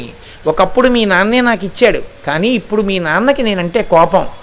ఒకప్పుడు ఒక విషయం జరిగిందని పూర్వగాథంతా చెప్పాడు, ఇప్పుడు నువ్వు నా భార్యవి, అందుకే నిన్ను చూస్తే మీ నాన్నకి నా కూతురని జ్ఞాపకం రాదు, శివుడి భార్య అని గుర్తొస్తుంది. గుర్తొచ్చి నాకు చెయ్యవలసిన అవమానం నీకు చేస్తాడు, అప్పుడు నువ్వు బాధపడతావు. దక్షుడికి నువ్వంటే ఇష్టమే, కానీ ఇప్పుడు ఎందుకు అలా అయిపోయిందో తెలుసా? నా భార్యవి కనుక. అంటే ఎంత చించలమతో చూడండి దక్షుడు. కాబట్టి నా మాట విను వెళ్ళకన్నాడు. ఆవిడంది నేను వెడతానంది. చాలామంది నేను ఎన్నో గ్రంథాల్లో కూడా చూశాను, భర్త చెప్పిన మాట వినక పార్వతీదేవి బయలుదేరినది అంటారు. అసలు ఆవిడ అవతార సందేశం అది కాదు, పార్వతీదేవి కాదు, పరదేవత ఎన్నడూ అలా చెయ్యదు. నేను మీతో మనవి చేసి ఆవిడ ఇలా చేసింది అంటే శివా విశ్వాహ భేషజీ తప్పు దిద్దాలి ఇప్పుడు ఆవిడ. అందుకని ఆవిడంది నేను వెళ్ళొస్తాను. తప్పకుండా ఆవిడని వెళ్ళవద్దు అంటుంటే వెళ్ళలేదు, వెళ్ళమని శివుడే అన్నాడు. కానీ ఎలా వెళ్ళిందంటే నా భర్త ఆగ్రహానికి గురి అయి తండ్రి యజ్ఞం చేస్తున్నాడు అని కట్టుబట్టతో బయలుదేరింది. సాధారణంగా ఎలా ఉంటుందంటే పుట్టింటికి వెళ్ళేటప్పుడు ఆడవాళ్ళు మెట్టినింటిలో తాము పొందిన ఐశ్వర్యము ప్రకటనమయ్యేటట్టు పెడతారు. ఎందుచేత అంటే తల్లికి తండ్రికి ఎప్పుడూ ఏ ప్రశ్న వేస్తారంటే అమ్మ నువ్వు సంతోషంగా ఉన్నావా నాన్న అక్కడ అంటారు. ఎందుకంటే ప్రేమ కదా, ఆ ప్రేమ చేత కడుపున పుట్టిన బిడ్డ కాబట్టి అమ్మ నీకేం ఇబ్బంది లేదు కదా నాన్న అంటారు. ఆ మాట అనవలసిన అవసరం లేకుండా ఎప్పుడు కనపడుతుంది? భర్తతో కలిసి వచ్చి ఎంతో సంతోషంగా ఇద్దరూ కలిసి లోపలికి వచ్చి ఎంతో సంతోషంగా మాట్లాడుకుంటూ పలకరించారనుకోండి, అసలు ఆ ప్రశ్న తల్లిదండ్రులు లేరు. అథవా ఆయన వెనకాల వస్తున్నాడు, ముందు ఈవిడ వచ్చింది అంటే పుట్టింట్లో చేయించిన నగలు కాకుండా అత్తవారింట్లో చాలా నగలు చేయించుకుని వేసుకుని వచ్చింది అనుకోండి, పుట్టింటి వారు సంతోషిస్తారు కదా, ఓ నా కూతురు చాలా గౌరవింపబడుతోందనమాట అని సంతోషిస్తారు. అలా కాకుండా వచ్చిందనుకోండి కలుక్కుమంటుంది పుట్టినింటి వారి హృదయం. దక్షుడు తనని అవమానించవచ్చు, కానీ దక్షుడి మనసు తానింత ప్రేమగా పార్వతీదేవిని చూస్తుండగా ఎందుకు బాధపడాలి ఆ విషయంలో? ఇది ఆయన పెద్ద మనసు పరమేశ్వరుడిది. ఆయన వెంటనే ప్రమదగణాల్ని పిలిచి అన్నాడు, మీ అమ్మ కట్టుకోవడానికి కావలసినన్ని పట్టుపుట్టాలు, పెట్టుకోవడానికి కావలసినన్ని నగలు, ఆవిడ సింగారం చేసుకోవడానికి కావలసినటువంటి సమస్తమైనటువంటి అంగరాగములు అన్నీ పట్టుకెళ్ళండి అన్నాడు. అన్నీ పట్టుకున్నారు, వెనకాతల బయలుదేరారు. తల్లి వెడుతోంది ముందు. తిన్నగా దక్ష ప్రజాపతి యజ్ఞం చేస్తున్న యజ్ఞవాట మనకు వెళ్ళింది. అదే మా దక్షారామం కాకినాడలో. కర్మకాలది ద్రాక్షారామం అయింది. దక్షారామము దక్షుని యొక్క ఆరామము. అప్పుడు తల్లి అక్కడికి బయలుదేరి తిన్నగా వెళ్ళింది. తల్లి గబగబా పరిగెత్తుకొచ్చింది, అమ్మ బాగున్నావా అని పలకరించింది. తల్లి ఎలా ఆగగలదు? ఆగలేదు. అన్నదమ్ములు పలకరించారు, కానీ దక్షుడు మాత్రం ఇలా కన్నెత్తి కూడా చూడలేదు. దక్షుడే పలకరించినప్పుడు మనం పలకరిస్తే లేనిపోని ఉపద్రవం వస్తుందని సభలో ఉన్నవాళ్ళు ఎవ్వరూ పలకరించలేదు. ఏ పరదేవత అనుగ్రహంతో వాళ్ళు యజ్ఞం చేస్తున్నారో, ఏ తల్లి అనుగ్రహానికి వాళ్ళల్లో కదలికలున్నాయో వాళ్ళు తల్లిని పన్నెత్తి కూడా పలకరించలేదు. ఇప్పుడు ఆ తల్లి అంది దక్ష ప్రజాపతిని, నువ్వెందుకు శివుణ్ణి పిలవలేదు అని అడిగింది. ఆయన పెద్ద నింద చేశాడు. అనయము లుప్త క్రియాకలాపుండు మానహీనుండు మర్యాద లేనివాడు, ఇన్ని మాటలో చెప్పాడు. కాశీపట్టణంలో కూర్చుని నిందాస్తుతైనా అది ఎందుకు, ఎన్నో మాటలు అన్నాడు. అన్నీ వింది ఆవిడ. విని అంది, ఏమయ్యా ఈ సభకి బ్రహ్మగారు కావలసి వచ్చాడా? బ్రహ్మగారికి తీసిపోనివాడయ్యాడా నా భర్త? నా భర్త శ్మశానంలో ఉంటాడంటున్నావు, శవాల యొక్క విభూతి ఒంటికి రాసుకుంటాడంటున్నావు, అందుచేత పూజనీయుడు కాడు అంటున్నావు. అది నిజమైతే పరగచితాస్తి భస్మ నృకపాల జటాధరుడున్ ఉగ్ర పరేత భూచరుండు పిశాచ యుక్తుడని శర్వు నమంగళుగా తలంపరెవ్వరున్ ఒక్క నీవు తప్ప, మరి వాక్పతి ముఖ్యులం మహాత్ము చరణ సరోజములన్ సమ్మతి దల్పరే మస్తకంబులన్. ఆయన ఏదో పిశాచాలు ఆయన చుట్టూ తిరుగుతుంటాయి, ఆయన మహాశ్మశానంలో ఉంటాడు ఇలా చెప్తున్నావు కదా, నిజంగా ఆయనంత పూజనీయుడు కాకపోతే నువ్వు పిలిచి తెచ్చుకున్న ఈ బ్రహ్మగారు, నువ్వు ఆహ్వానించి తీసుకొచ్చిన ఈ సరస్వతి, వీళ్ళందరూ పరమశివుని యొక్క పాదముల కంటుకున్నటువంటి ధూళికణాల్ని తమ తల మీద ఎందుకు చల్లుకుంటారు? వాళ్ళకే అంత గౌరవం ఉంటే నీకెక్కడి నుంచి వచ్చింది కొత్త సిద్ధాంతం? పరమేశ్వరుడు శ్మశానంలో ఉన్నాడు నిజమే, ఎందుకున్నాడు నేను మీకు మనవి చేశాను. అనుశాసనిక పర్వంలో ఆయనే చెప్పాడు అని మీతో మనవి చేశా. అసలు ఆ మాటకొస్తే ఆయన అంత కారుణ్యశీలి లేడు. శరీరం విడిచిపెట్టిన తర్వాత తోడొచ్చేవాడు ఒక్కడూ లేకపోతే నేనున్నానని అక్కడ నిలబడతాడు. ఆయన దయార్ద్ర హృదయానికి అది పరాకాష్ఠ. అటువంటి పరమేశ్వరుడు శర్వుడు. ఆయన శర్వుడు అంటే ఈ భూమిలో నుండి వచ్చేటటువంటి సమస్త సంపద ఆయన అనుగ్రహము చేతనే వస్తుంది. మీరు చూడండి, ఇవాళ నేను ఇలా ఉన్నాను, ఎందువల్ల ఉన్నాను? మధ్యాహ్నం కాస్త అన్నం తిన్నాను. అన్నం ఎలా తిన్నాను? ఎక్కడో వరి పండింది, ఆ బియ్యం తీసుకొచ్చాం, నీళ్ళల్లో పోసాను. నీళ్ళు ఎక్కడివి? ఆయనే. సంజీవనం సమస్తస్య జగత సలిలాత్మిక భవ ఇత్యుచ్యతే మూర్తిర్భవస్య పరమాత్మనః. లింగపురాణం చెప్తోంది. భవ అన్న పేరుతో లోకాన్ని బతికించడానికి నీటి రూపంలో శివుడు ఉంటాడు. అగ్ని ఆయన శాసనం, నువ్వు ప్రతి ఇంట్లోనూ వంట బ్రాహ్మణుడిగా ఉండు అని.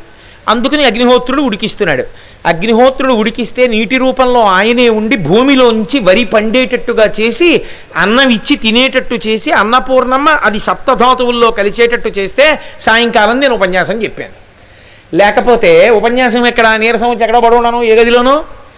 కాబట్టి శర్వుడు అంటే ఒకటి నేనున్నాను, భవతి అంటారు. ఉన్నాను అన్నదానికి కారణం బయట పోషించిన పదార్థములన్నీ ఆయన అనుగ్రహం. పోషింపబడమే కాదు, భోగములన్నీ ఆయన అనుగ్రహం.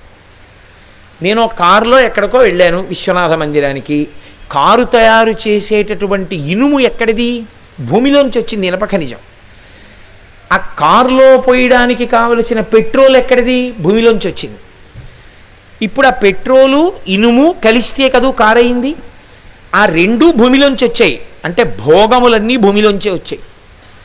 నిలబడడానికి కావలసినవన్నీ భూమిలోంచే వచ్చాయి. నిలబడడానికి కావలసినవి, భోగాలకి కావలసినవి పరమేశ్వరుడై ఉన్నాడు.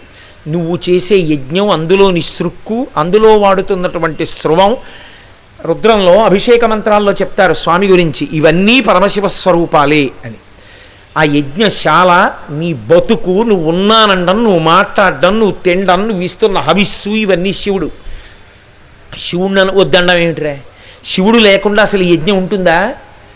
దేనికి అవమానించావు శివుణ్ణి అని ఆవిడ అడిగి, దక్షుడు మనసు మార్చుకోకపోతే ఆవిడ ఒక మాట అంది. ఇప్పుడు తన తప్పు తాను దిద్దుకుంటాడేమో ఒక అవకాశం ఇచ్చింది. ఆయన దిద్దుకునే పరిస్థితిలో లేడు. ఇప్పుడు ఆయన దిద్దుకోవట్లేదు. ఒక్కరు లేచి తప్పయా, ఆవిడ చెప్పింది నిజం, నీ బుద్ధి మార్చుకో అని అనలేదు. కాబట్టి ఇప్పుడు 3 లోకముల తప్పు అక్కడ ఉంది. ఇప్పుడు ఈ తప్పు దిద్దాలి. తప్పు దిద్దడానికి మీరు ఒక్కటి గుర్తుపెట్టుకోండి, ఆవిడ పరదేవత, ఆవిడ ఆదిపరాశక్తి.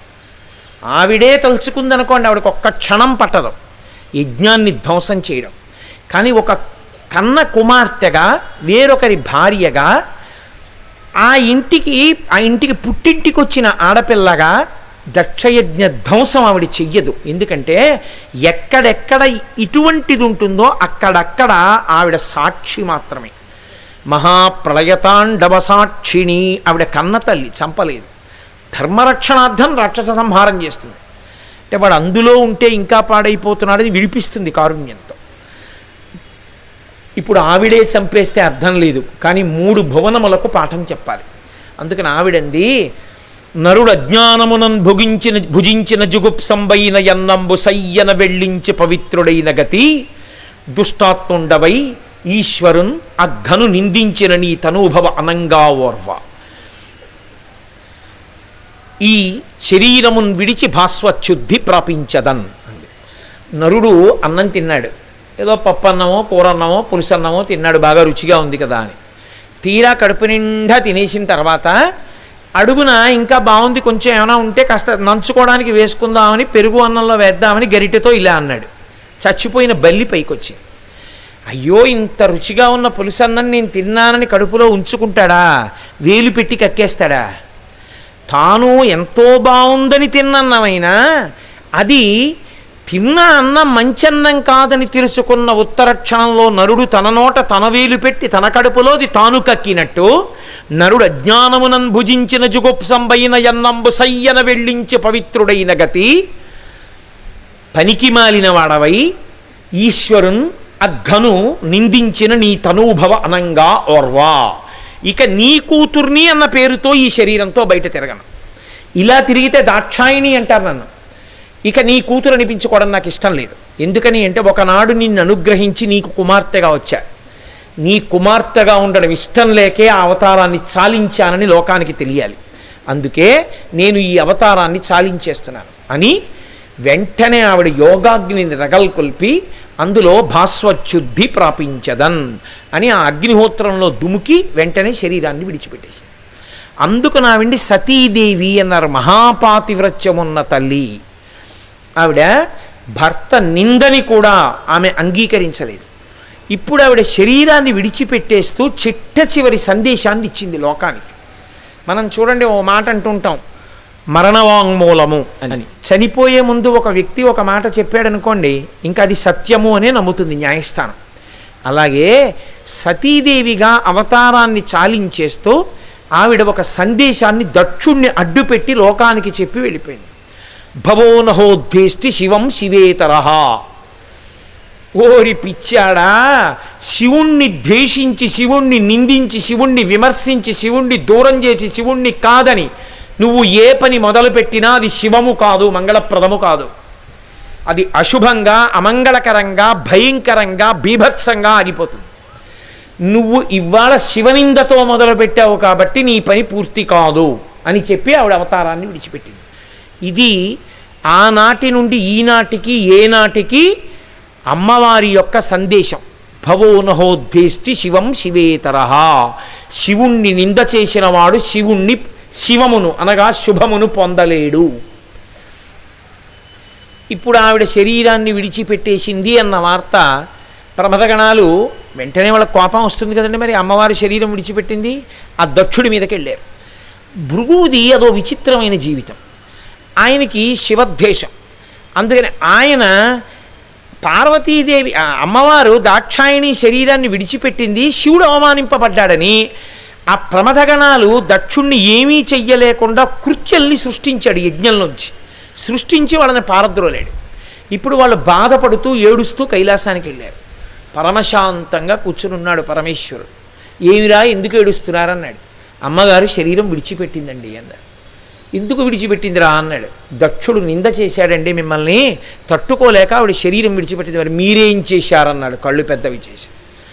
మేము దక్షయజ్ఞంలో దక్షుడికి బుద్ధి చెప్పడానికి మీద పడ్డాం, కానీ భృగువు కృత్యల్ని సృష్టించి మమ్మల్ని పారద్రోలాడు అన్నారు. అంతే. ఇదే కదా శివా రుద్రస్య భేషజీ. ఆవిడ శివుణ్ణి రుద్రుణ్ణి చేసేస్తుంది. అర్జుండుగ్రుడు నీలకంఠుడి బదైత్యారాతి దష్టోష్టుడై ఆజ్యద్భూరి మృగేందరోషమన భీమ ప్రక్రియ నవ్వుచున్ విద్యుద్వ నిశికా సముచ్చయరుచిన్ వెల్గొందు చించజ్జటన్ సద్యక్రోధముతోడ పూంచి వైచన్ క్షమాచక్ర మధ్యంబునన్. వెంటనే ఆయన కూర్చున్న ఆసనం మించి లేచి 2 కాళ్ళు ఎడంగా పెట్టి 2 చేతులు ఇలా పైకెత్తి అన్ని దిక్కుల వంక ఒక్కసారి చూసి నోరు తెరిచి భయంకరమైనటువంటి రవంతో ఒక వికటాట్టహాసం చేశాడు. అంటే రుద్రుడైపోయాడు. అయిపోయి గంగాదేవి చేత తలపబడినటువంటి ఆ ఎర్రటి జడనొక దాన్ని పెరికి భూమి యొక్క మధ్య భాగానికేసి కొట్టాడు.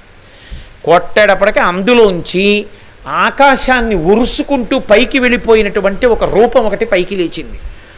అభ్రం లిహాదభ్ర విభ్రమ బ్రభ్రమ కృణీల దీర్ఘ శరీరమర ప్రజ్వల జ్వలన దీప్త జ్వాలిక జ్వాల జజ్వల్యమాన కేశములు మెరయ జండ దిగ్వేదండ శుంఠాపదోర్దండ సహస్రద్యుతి హేతి సంఘమొప్ప వీక్షణద్యుతి లోక నీక్షణ గతి దుర్నిరీక్షమగుచు గ్రకచ కఠిన కరాళ దంష్టలు వెలుంగ ఘన కపాలాస్తి మాలికలు తనర అఖిలలోక భయంకరుండగుచు వీరభద్రుడు దయించే మారట రుద్రుడగుచు అన్నారు.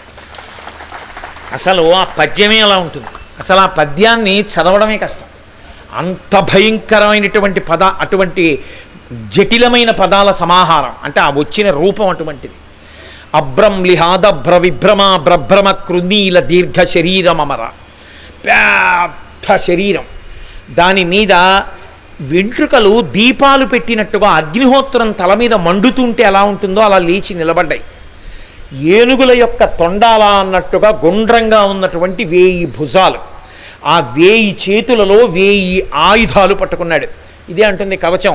ఓం నమో భగవతే సదాశివాయ సకలతత్వవిదూరాయ సకలలోకైకకర్త్రే సకలలోకైకహర్త్రే సకలలోకైకసంహర్త్రే సకలలోకైకసాక్షిణే సకలనిగమగుహ్యాయ సకలలోకైకవరప్రదాయ సకలదురితార్తిభంజనాయ సకలజగదభయంకరాయ శశాంకశేఖరాయ శాశ్వతనిజావాసాయ నిరావాసాయ నిరామయాయ నిరాతంకాయ నిష్కలంకాయ నిష్ప్రపంచాయ నిర్ద్వంద్వాయ నిర్మమాయ నిర్మలాయ నిర్గుణాయ నిరుపమ విభవాయ నిత్యశుద్ధ బుద్ధ పరిపూర్ణ సచ్చిదానందద్వైత పరమ ప్రకాశాయ పరమశాంత ప్రకాశాయ తేజోరూపాయ తేజోమయాయ తేజోధిపతయే జయ జయ జయ మహారుద్ర మహారౌద్ర వీరభద్రావతార మహాభైరవ కాలభైరవ కల్పాంత భైరవ కపాలమాలాధర కట్వాంగ ఖడ్గ చర్మ పరశు పాచంకుశ ఢమరుక మృగశూల చాప బాణ గదాశక్తి బిందివాల తోమర ముసల ముసుండి ముద్గర ప్రాస పరిగ పట్టిశ శతగ్ని చక్రాద్యాయుధ భీషణకర సహస్ర దంస్ట్రా కరాళవతన వికటాట్టహాస విస్ఫాటిత బ్రహ్మాండ మండల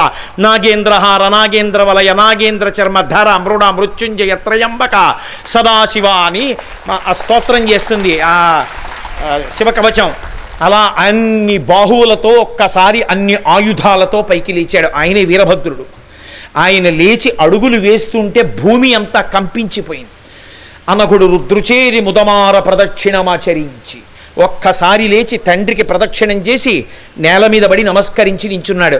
తండ్రి ఏమి ఆజ్ఞ, నన్ను ఎందుకు సృజించావు అన్నాడు.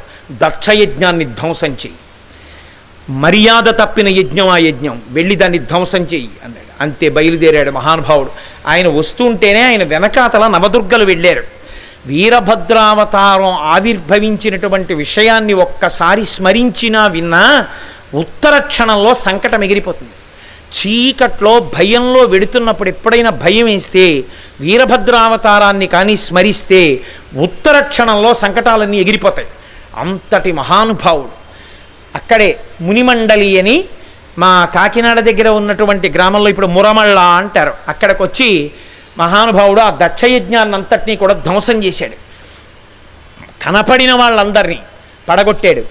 ఆఖరికి దక్షుణ్ణి పడగొట్టి తలని గిరగిరగిరగిర తిప్పి వేరు చేసి యజ్ఞగుండంలో పారేశాడు. ఆ భృగువు యొక్క గడ్డాలు మీసాలు పెరికేస్తే నిత్తురోడుతూ పారిపోయాడు. ప్రపంచంలో మొట్టమొదటిసారి దక్షయజ్ఞంలో యజ్ఞ దేవత యజ్ఞాగ్ని పైకి లేచి ఉత్తర దిక్కుగా హిమాలయాల వైపుకు పారిపోయింది. దక్షారామం అంత గొప్ప క్షేత్రం. అక్కడ మహానుభావుడు భీమేశ్వరుడై కూర్చుని ఉంటాడు. ఇంతమందిని సంహరించిన తరువాత తన పెద్ద కత్తి పట్టుకెళ్ళి అదిగో రాజమండ్రి దగ్గర ఉన్నటువంటి పట్టిసం అంటారు, అక్కడికే వెళ్ళి తన కత్తిని కడిగాడు. పట్టిసాన్ని అక్కడ నిత్తుటి ఖడ్గాన్ని కడిగాడు కాబట్టి ఆ తీర్థానికి పట్టిస తీర్థం అని పేరు. అక్కడే శివాలయం ఉంటుంది, అందులో శివలింగ స్వరూపంలా ఉంటాడు. అక్కడే ఎంతకీ ఆయన శాంతించకపోతే అమ్మవారి పనుపన భద్రకాళీ స్వరూపం వచ్చి ఆయన్ని శాంతింపచేస్తే కన్యారూపంలో గోదావరిలోంచి బయటికి వస్తే ఇద్దరు చెయ్యి పట్టుకుని వెళ్ళి మునిమండలి మురమళ్ళ అంటున్నారు ఇప్పుడు. ఆ మునిమండలి దగ్గరికి వెళ్ళి కళ్యాణం చేయమంటే కళ్యాణం చేశారు. ఏకపీఠం మీద ఉంటారు శివలింగము భద్రకాళి కూడా. అక్కడికి వెళ్ళి కళ్యాణం చేసుకున్న వాళ్ళందరికీ పెళ్ళైపోతుంది, ఎటువంటి వాళ్ళకి కూడా. ఇప్పటికీ మురమళ్ళ వెళ్ళి పెళ్లి చేస్తే కళ్యాణం అయిపోయిందని లెక్కే, పెళ్ళి అయిపోయిందని లెక్కే. అంత గొప్ప క్షేత్రం. నిత్య కళ్యాణం, పచ్చతోరణం. రాత్రి 2 గంటలకి కొంగుబుడి వేసుకుని కొత్త దంపతులు దర్శనానికి వస్తే తలుపులు తీసి దర్శనమిస్తారు పరమేశ్వరుడిని. అంత గొప్ప క్షేత్రం. మా మోహన్ రావు గారికి ప్రాణం, ఎన్ని చేశారో ఆయన క్షేత్రానికి. కాబట్టి అంత గొప్ప క్షేత్రం మురమళ్ళ. అటువంటి వీరభద్ర అవతారం దక్షయజ్ఞాన్ని అంతటినీ కూడా ధ్వంసం చేసింది. అప్పుడు దేవతలందరూ బ్రహ్మగారి దగ్గరికి పరిగెత్తారు. అబ్బో, శ్రీనాథుడు ఎంత వర్ణించాడో. సరస్వతీదేవి వీణ వాయిస్తూ కనపడితే వీరభద్రుడి దగ్గరికి వెళ్ళాడు. ఆవిడ కళ్ళు మూసుకొని వీణ వాయిస్తూ ఇలా కళ్ళు తెరిచి చూసింది. ఆయన హడిలిపోయింది. నీకెందుకమ్మా యజ్ఞాలని ముక్కు పట్టుకు గిల్లేశాడు. అక్కడే సరస్వతీదేవి ముక్కు ఊడిపోయింది. సూర్యుడికి పళ్ళు పీకేశాడు. అప్పటి నుంచి ఆయనకి పాయసం నైవేద్యం. పూషదంతభిదవ్యగ్రోదక్షాధ్వర హరోహర భగనేత్రభిదవ్యక్త సహస్రాక్ష సహస్రపాత్ అని శివాష్టోత్తరం. ఇంతమంది దేవతల్ని దండిస్తే బ్రహ్మగారి దగ్గరికి వెడితే బ్రహ్మగారు దేవతలందరినీ చూసి శివుడి జోలికి మీరెందుకు వెళ్ళారా అని బుద్ధి చెప్పిన తర్వాత మళ్ళీ కైలాసానికి వెళ్ళారు. అప్పటికి ఆయన అయిపోయింది చేయవలసిన పని. దక్షిణామూర్తిగా మౌనవ్యాఖ్యా ప్రకటిత పరబ్రహ్మతత్వం యువానం వర్షిష్టాంతేవ సదృశగణైరవృతం బ్రహ్మనిష్టై ఆచార్యేంద్రం కరకలిత చిన్ముద్రమానందరూపం స్వాత్మారామం ముదితవదనం దక్షిణామూర్తి మీడే. చిన్ముద్ర బట్టి కూర్చునున్నాడు. అందరూ వెళ్ళారు, ఆయన దగ్గర ఏడిచారు. ఏడిస్తే ఆయన అన్నాడు, దయార్ద్ర హృదయుడు కదండి, ఆవిడే మళ్ళీ ఆయన్ని శివుడిగా మార్చేస్తుంది. అందుకే ఇన్ని తప్పులు చేసిన వాళ్ళందరినీ కాల్చడానికి సముద్రంలోంచి అగ్నిహోత్రం వచ్చింది క్షీరసాగర మథనంలో. అప్పుడు వీళ్ళందరూ పరిగెత్తారు. ఏమనాలి పార్వతీదేవి అప్పుడు, ఈ పనికి మాలిన వాళ్ళందరే నిరీశ్వర యాగం చేశారండి, మీరు పుచ్చుకోకండి, వాళ్ళని కాల్చనివ్వండి అనాలి కదా. ఆవిడ శివా విశ్వస్య భేషజీ, పిల్లలకి ఎప్పుడు ఆపద వస్తే అప్పుడు ఆదుకుంటుంది అమ్మవారు. అందుకే అప్పుడు ఆవిడ మళ్ళీ శివుణ్ణి మీరు చేయకపోతే ఎవరు చేస్తారు ఉపకారం, చెయ్యండి అంటుంది. ఇన్ని మాటలు, ఒక్కసారి రారా, ఒక్కసారి రారా, ఒక్కసారి రారా, చూడాలనుందని పిలిచాను పెద్దవాడిని, వచ్చాడా, ఒక్కసారి రాలేదు. కానీ ఇప్పుడు వాడికి కామెర్లు వచ్చాయిట, నాన్నగారంటే ఒక్కసారి రండి అని నన్ను అంటున్నాడు, ఇప్పుడు నేను పనికొచ్చానా అంటాడు తండ్రి. ఏమిటండి ఆ మాటలు, పిల్లాడంటే ఏదో తెలియక చేశాడు, మీరు తండ్రి అదేంటి అలా అంటారు, నిజంగా మీరు ఉండగలరా వెళ్లకుండా, ఎందుకు వచ్చిన మాటలు కానీ సదండి పెట్టి 4 పంచాలు పడేసుకోండి అంటుంది.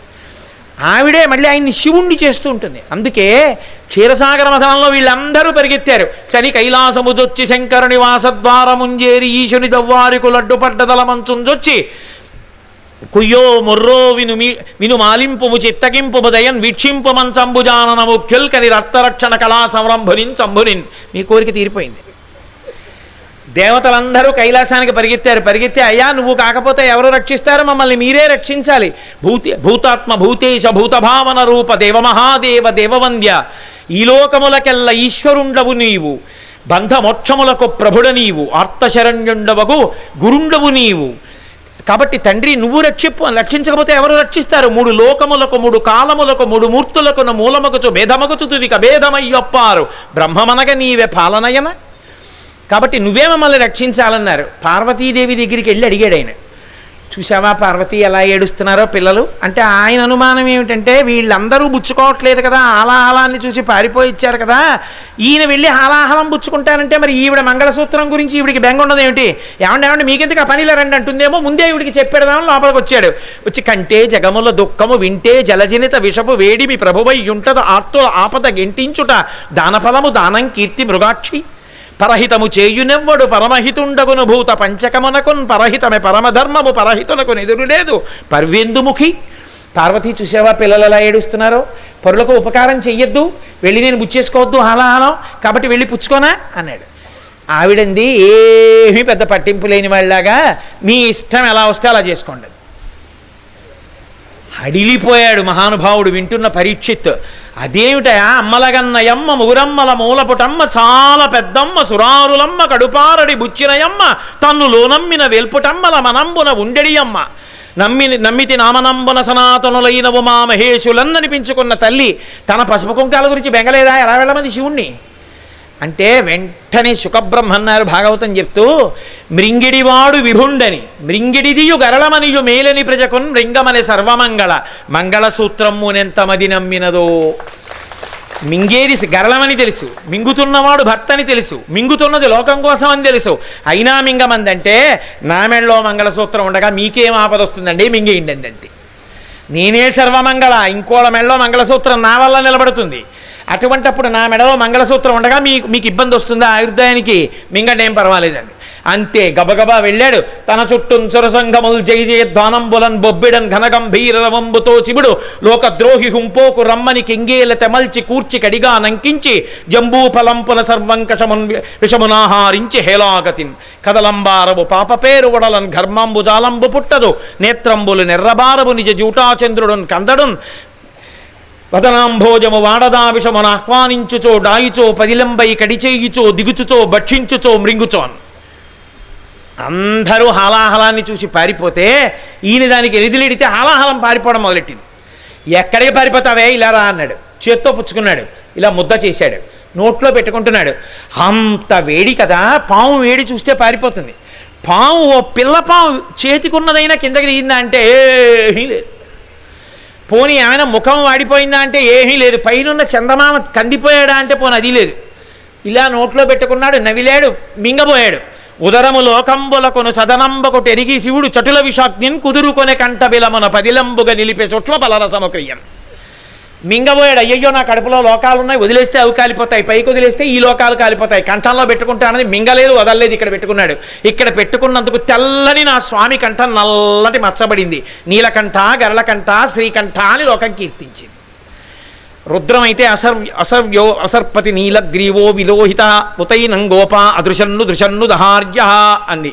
తెల్లవారుజామున ఆకాశంలో కనపడేటటువంటి ఆ ఎర్రటి కాంతులతో నీలంగా ఉండేటటువంటి వాడే నీలలోహిత రుద్రుడు. ఆయన్ని చూడ్డానికి ఏ జ్ఞానమో అక్కర్లేదు. ఆఖరికి గొల్లపడుచులు, కొండతో నీళ్లు తెచ్చుకునేవాళ్ళు, పశువుల్ని కాసేవాళ్ళు కూడా పరమశివ దర్శనం తెల్లవారుజామున చెయ్యవచ్చు. అటువంటి నీలలోహిత రుద్రుడికి నమస్కరిస్తున్నానని వేదం 2 చేతులు ఎత్తి నమస్కరించింది. అంతటి మహానుభావుడు. కాబట్టి ఆయన ఏమనుగ్రహించడు? ఆ తల్లి ఆ రోజున మళ్ళీ లోకాలన్నింటినీ అనుగ్రహించింది. పుచ్చేసుకోండి హాలాహలమని లోకాలని బతికించింది. ఇదే నేను మీతో మనవి చేసింది. శివా విశ్వాహభేషజీ, శివా రుద్రస్య భేషజీ. ఇప్పుడు ఆయన అందరికీ మళ్ళీ వరాలు ఇచ్చేశాడు. దక్ష ప్రజాపతికి గొర్రె తలకాయ తీసుకొచ్చి పెట్టారు. మళ్ళీ యజ్ఞాన్ని పూర్తి చేయమన్నాడు. యజ్ఞం పూర్తయిపోయింది. సతీదేవిగా అంటే దాక్షాయిణిగా ఉండగా అమ్మవారు పరమశివుడితో కలిసి హిమాలయ పర్వత ప్రాంతమునందు విహరిస్తుండేది. అక్కడ విహరిస్తున్నప్పుడు మేనకాదేవి చూస్తూ ఉండేది. చూస్తూ ఆవిడకో కోరిక పుట్టింది. అబ్బాయి ఎంత బాగుందో ఈ పిల్ల, నాకు ఇలాంటి కూతురు పుడితేనా అనుకునేది అస్తమానం. అని అలిసిపోయినటువంటి ఆ దాక్షాయినికి కూర్చోపెట్టి ఉపచారం చేస్తుండేది. ఆవిడ మనసులో పెట్టుకుంది, మనం ఏ భావనతో భగవతిని ఆరాధిస్తామో ఆ భావనతోనే ఆమె అనుగ్రహిస్తుంది. మనం యద్భావం తద్భవతి. మనం అమ్మ నాకు కూతురుగా అని రోజు అమ్మవారిని ఒక మూర్తిని పెట్టుకుని ఆవిడికి ఒక చిన్న లంగా కట్టి ఓ బట్ట కట్టి పొంగిపోయారనుకోండి, మిమ్మల్ని అలాగే అనుగ్రహిస్తుంది ఆవిడ. ఏదో ఒక రోజున మీ వంశంలో ఆవిడ కూతురై వస్తుంది. బాలాస్వరూపంగా వచ్చి నిలబడి మిమ్మల్ని అనుగ్రహిస్తుంది. అందరికన్నా చాలా తొందరగా పరదేవత అనుగ్రహించాలనుకుంటే ఏ రూపంలో వస్తుందో తెలుసా అండి? అనుగ్రహించాలి అనుకున్న ఉత్తర క్షణంలో చిన్న పిల్ల రూపంలో వస్తుంది. వచ్చి తల్లి అనుగ్రహిస్తుంది. మహానుభావుడు పశ్చిమ గోదావరి జిల్లాలో ఆయన చందోలు శాస్త్రి గారు అంటుంటారు. ఎంత ప్రఖ్యాతి వహించారో. ఆయన ఉపాసనకి అమ్మవారు ఎప్పుడూ ఆయన ఇంట్లో తిరుగుతూ ఉండేది, గజ్జెల చప్పుడు అవుతూ ఉండేది. చిట్ట చివర ఆయన శరీరాన్ని దహనం చేస్తే ఆయన ప్రాణం పోయినప్పుడు ఆయన శరీరంలోంచి బాలా త్రిపుర సుందరి స్వరూపం పైకి లేచింది. కాబట్టి ఆ తల్లిని ప్రార్థించినటువంటి వాళ్ళని ఎవరిని ఆవిడ అనుగ్రహించదు? ఆవిడ అనుగ్రహించి తీరుతుంది. మీరు నమ్మండి నమ్మపోండి, మొన్న శారదా నవరాత్రుల్లో కాకినాడలో మా తల్లి మమ్మల్ని అలా అనుగ్రహించింది రోజున. చిత్రం ఏంటంటే ఇన్ని కార్యక్రమాలని అలవోకగా నిర్వహించగలిగిన గోపాలకృష్ణ గారు కూడా గుర్తుపట్టలేకపోయారు అమ్మవారే వచ్చిందని. ఇన్ని నిర్వహిస్తున్నాడు మహానుభావుడని ముందు ఆయన ఇంటికే వెళ్ళింది. సరే, ఆయన కారణాంతరాల చేత గుర్తుపట్టలేకపోయారు. ఎంత పెద్ద గారడీయో చేసి వచ్చింది కాకినాడ సభకి. వచ్చి పూజ అందుకుని వెళ్ళిపోయింది ఆవిడ. ఆవిడ వచ్చి పూజ అందుకునేంతసేపు ఎవరు గుర్తుపట్టల. వచ్చి వెళ్ళిన తర్వాత అందరికీ స్పృహ వచ్చింది, అమ్మవారు వచ్చి పూజ తీసుకుని వెళ్ళిందని. ఇప్పుడు ఆ సందర్భాన్నంతటిని నేను వివరించడం మర్యాదగా ఉండదు. వీళ్ళు ఏదో సోత్కర్ష చేసుకుంటున్నారు అనుకుంటున్నారు, అందుకని నేను దాని గురించి ప్రస్తావించను. కానీ ఇక్కడున్న కాకినాడ భక్తజనానికి అందరికీ తెలుసు అమ్మవారు వచ్చి వెళ్ళిన విషయం. తల్లి అనుగ్రహిస్తుంది బాలాస్వరూపంతో, వచ్చి పూజలు అందుకుంటుంది. అది స్పృహకి తట్టగానే వెళ్ళి నేను ఆవిడ పాదోదకాన్ని తల మీద చల్లుకుని పొంగిపోయాను, అమ్మా ఇలా వచ్చావా నువ్వు అని. కాబట్టి ఆ తల్లి ప్రతిరోజు మేనకాదేవి పిలిచి చేసినటువంటి ఉపచారానికి పరవశించిపోయింది. అయ్యో, నేను తల్లిగా ఈ పిల్లని నా కుమార్తెగా పొందితే ఎంత అదృష్టంగా ఉంటుందని భావన చేస్తున్నటువంటి మేనకాదేవి యొక్క హృదయాన్ని పసిగట్టింది. ఈమెకి కూతురు అవ్వాలి అనుకుంది. అందుకని దాక్షాయిణిగా శరీరత్యాగం చేస్తూ నేను పర్వతరాజపుత్రిగా మళ్ళీ మేనకాదేవి కడుపున పార్వతిగా జన్మిస్తాను అని సంకల్పం చేసుకుంది. ఆవిడ అలా సంకల్పం చేసుకుంది, చాలా సంతోషించింది. మేనకాదేవి హిమవంతుని యొక్క భార్య. ఇప్పుడు అమ్మవారు ప్రకటనముగా బయట ఒక రూపంతో లేదు, ఎందుకంటే అవతార పరిసమాప్తి చేసేసింది దాక్షాయణిగా. స్థూలమైన ఒక రూపంతో తిరగట్లేదు ఆవిడ, పరమశివుడి పక్కన ఇల్లాలిగా లేదు. ఈలోగా చాలా ఆశ్చర్యకరమైనటువంటి సందర్భం ఒకటి జరిగింది. వజ్రాంగుడు అని ఒక గొప్ప రాక్షసాంశ సంభూతుడు దితి కశ్యపులకు జన్మించాడు. ఆయన అపారమైనటువంటి బలపరాక్రమములున్నవాడు, దానికి తపశ్శక్తి తోడైంది. ఆయన ఇంద్రుణ్ణి జయించి ఇంద్రుణ్ణి తీసుకొచ్చి కారాగారంలో బంధించాడు. ఇంద్రుణ్ణి బంధించడం ఏమిట్రా తప్పు, ఇంద్రుణ్ణి విడిచిపెట్టమని తండ్రి అయిన కశ్యప ప్రజాపతి చతుర్ముఖ బ్రహ్మగారు వచ్చి వేడుకుంటే విడిచిపెట్టాడు. ఇప్పుడు ఇంద్రుడికి మళ్ళీ ఇంద్రపదవి లభించింది, కానీ వజ్రాంగుడికి వశపడి ఉన్నాడు. ఇటువంటి సమయంలో అకస్మాత్తుగా ఎందుకో వజ్రాంగుడిలో ఒక గొప్ప మార్పు వచ్చింది, సత్వగుణావలంబకుడు అయ్యాడు. ఎంతకాలం ఈ రజోగుణ ప్రవృత్తి, ఎంతకాలం ఈ దండయాత్రలు, ఎంతకాలం ఈ భోగం, ఇక నేను పరమేశ్వర స్మరణ చేస్తానని సత్వగుణంతో బతుకుతున్నాడు. ఆయనని ఆయన భార్య వరాంగి అని ఆమె అనుగమిస్తోంది, ఆయనకి నిరంతరము సేవ చేస్తోంది. చాలా సంతోషించి ఒక రోజునన్నాడు, వరాంగి నువ్వు నేను చేసే ఈశ్వరానుష్ఠాన ప్రక్రియ యందు ఇంత తోడ్పడుతున్నావు, నీకేం కావాలి వరం అడుగు ఇస్తానన్నాడు. ఆవిడంది, నాకు ఒక కుమారుడు కావాలి, ఆ కుమారుడు విష్ణువునకు శత్రువు కావాలి, అతడు 3 లోకములకు భయంకరుడు కావాలి, దేవతల్ని పీడించగలిగిన వాడై ఉండాలి, అలాంటి కొడుకు కావాలి.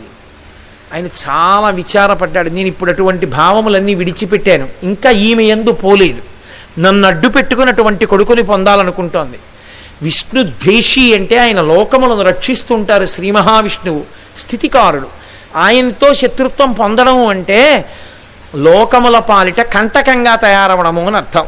ఇలాంటి కొడుకుని కావాలందే అని మాట ఇచ్చాను కాబట్టి అటువంటి కొడుకుని ఇవ్వాలి అని ఆయన మళ్ళీ వెళ్ళి చతుర్ముఖ బ్రహ్మగారి గురించి తపస్సు చేశారు. బ్రహ్మగారు ప్రత్యక్షం అయ్యారు. తపస్సు చేస్తే అవతల వారి కోరిక ఎటువంటిదవనివ్వండి తీరుస్తారు.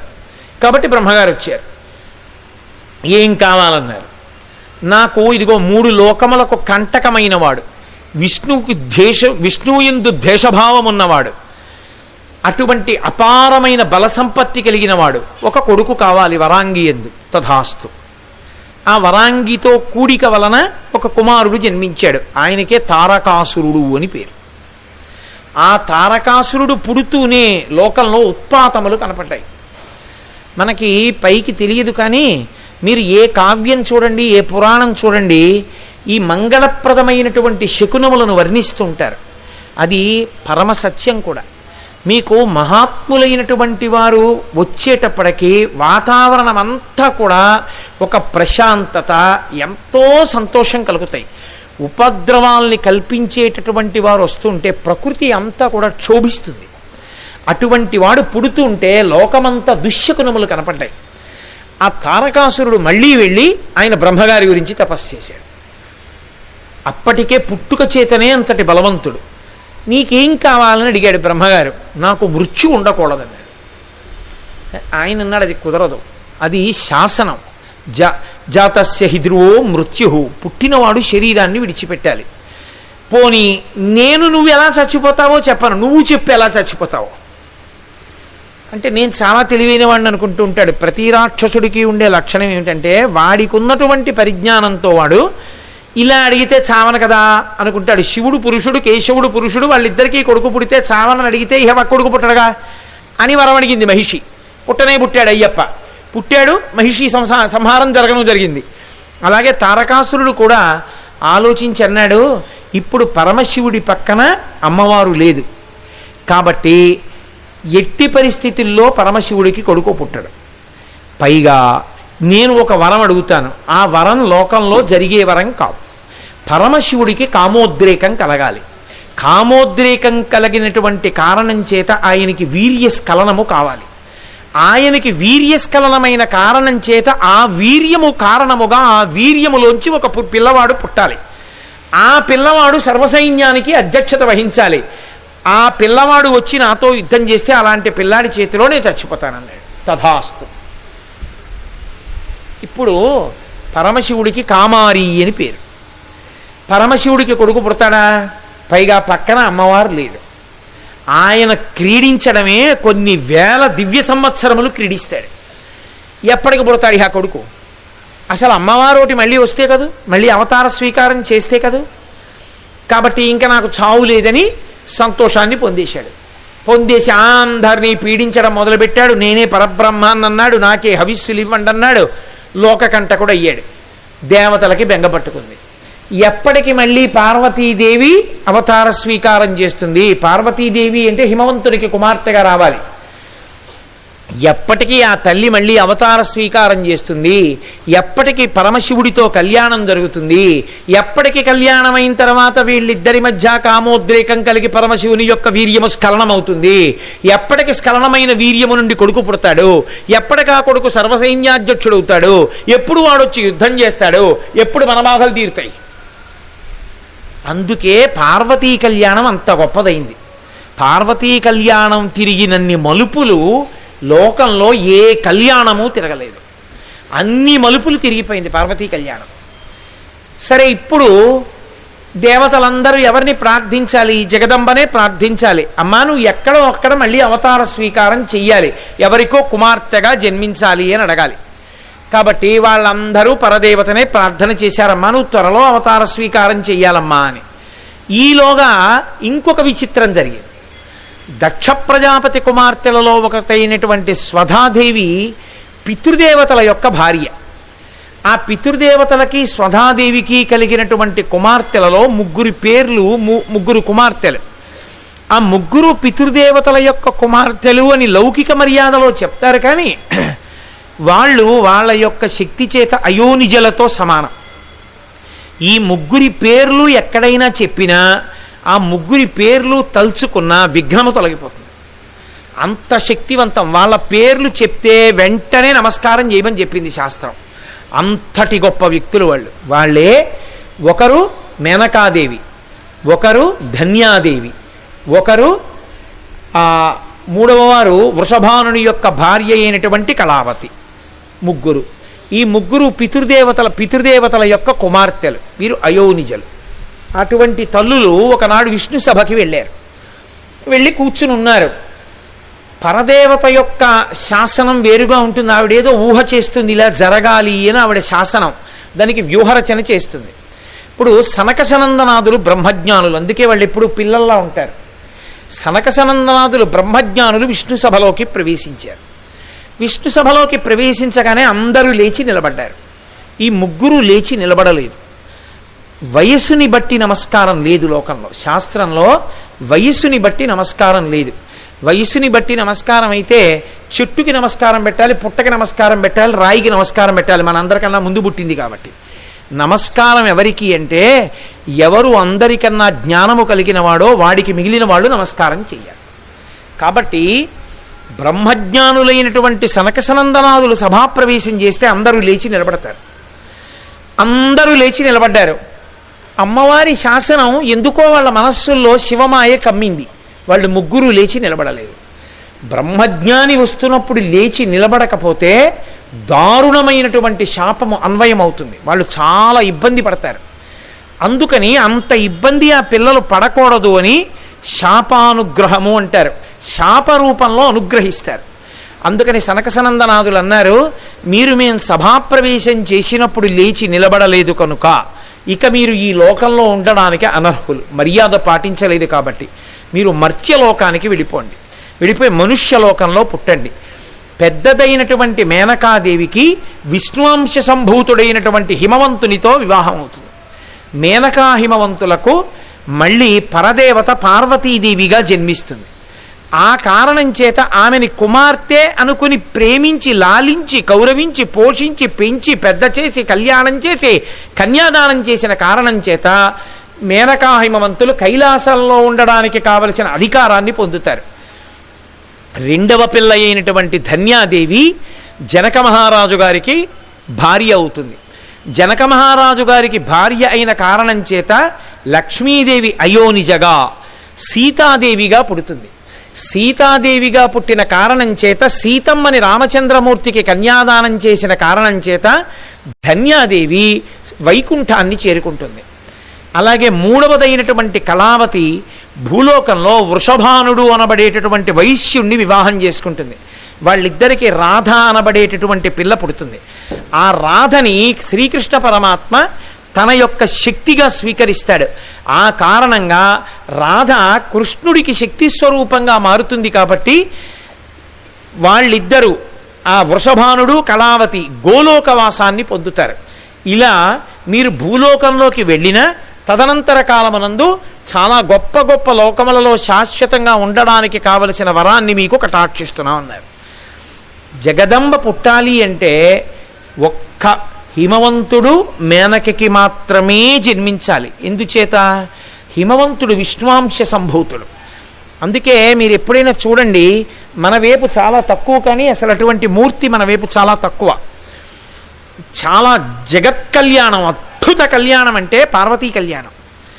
ఆ పార్వతీ కళ్యాణంలో శ్రీ మహావిష్ణువు తన చెల్లెలైనటువంటి పార్వతీదేవిని చెయ్యి పట్టుకుని పరమశివుడి చేతిలో పెడుతుంటారు.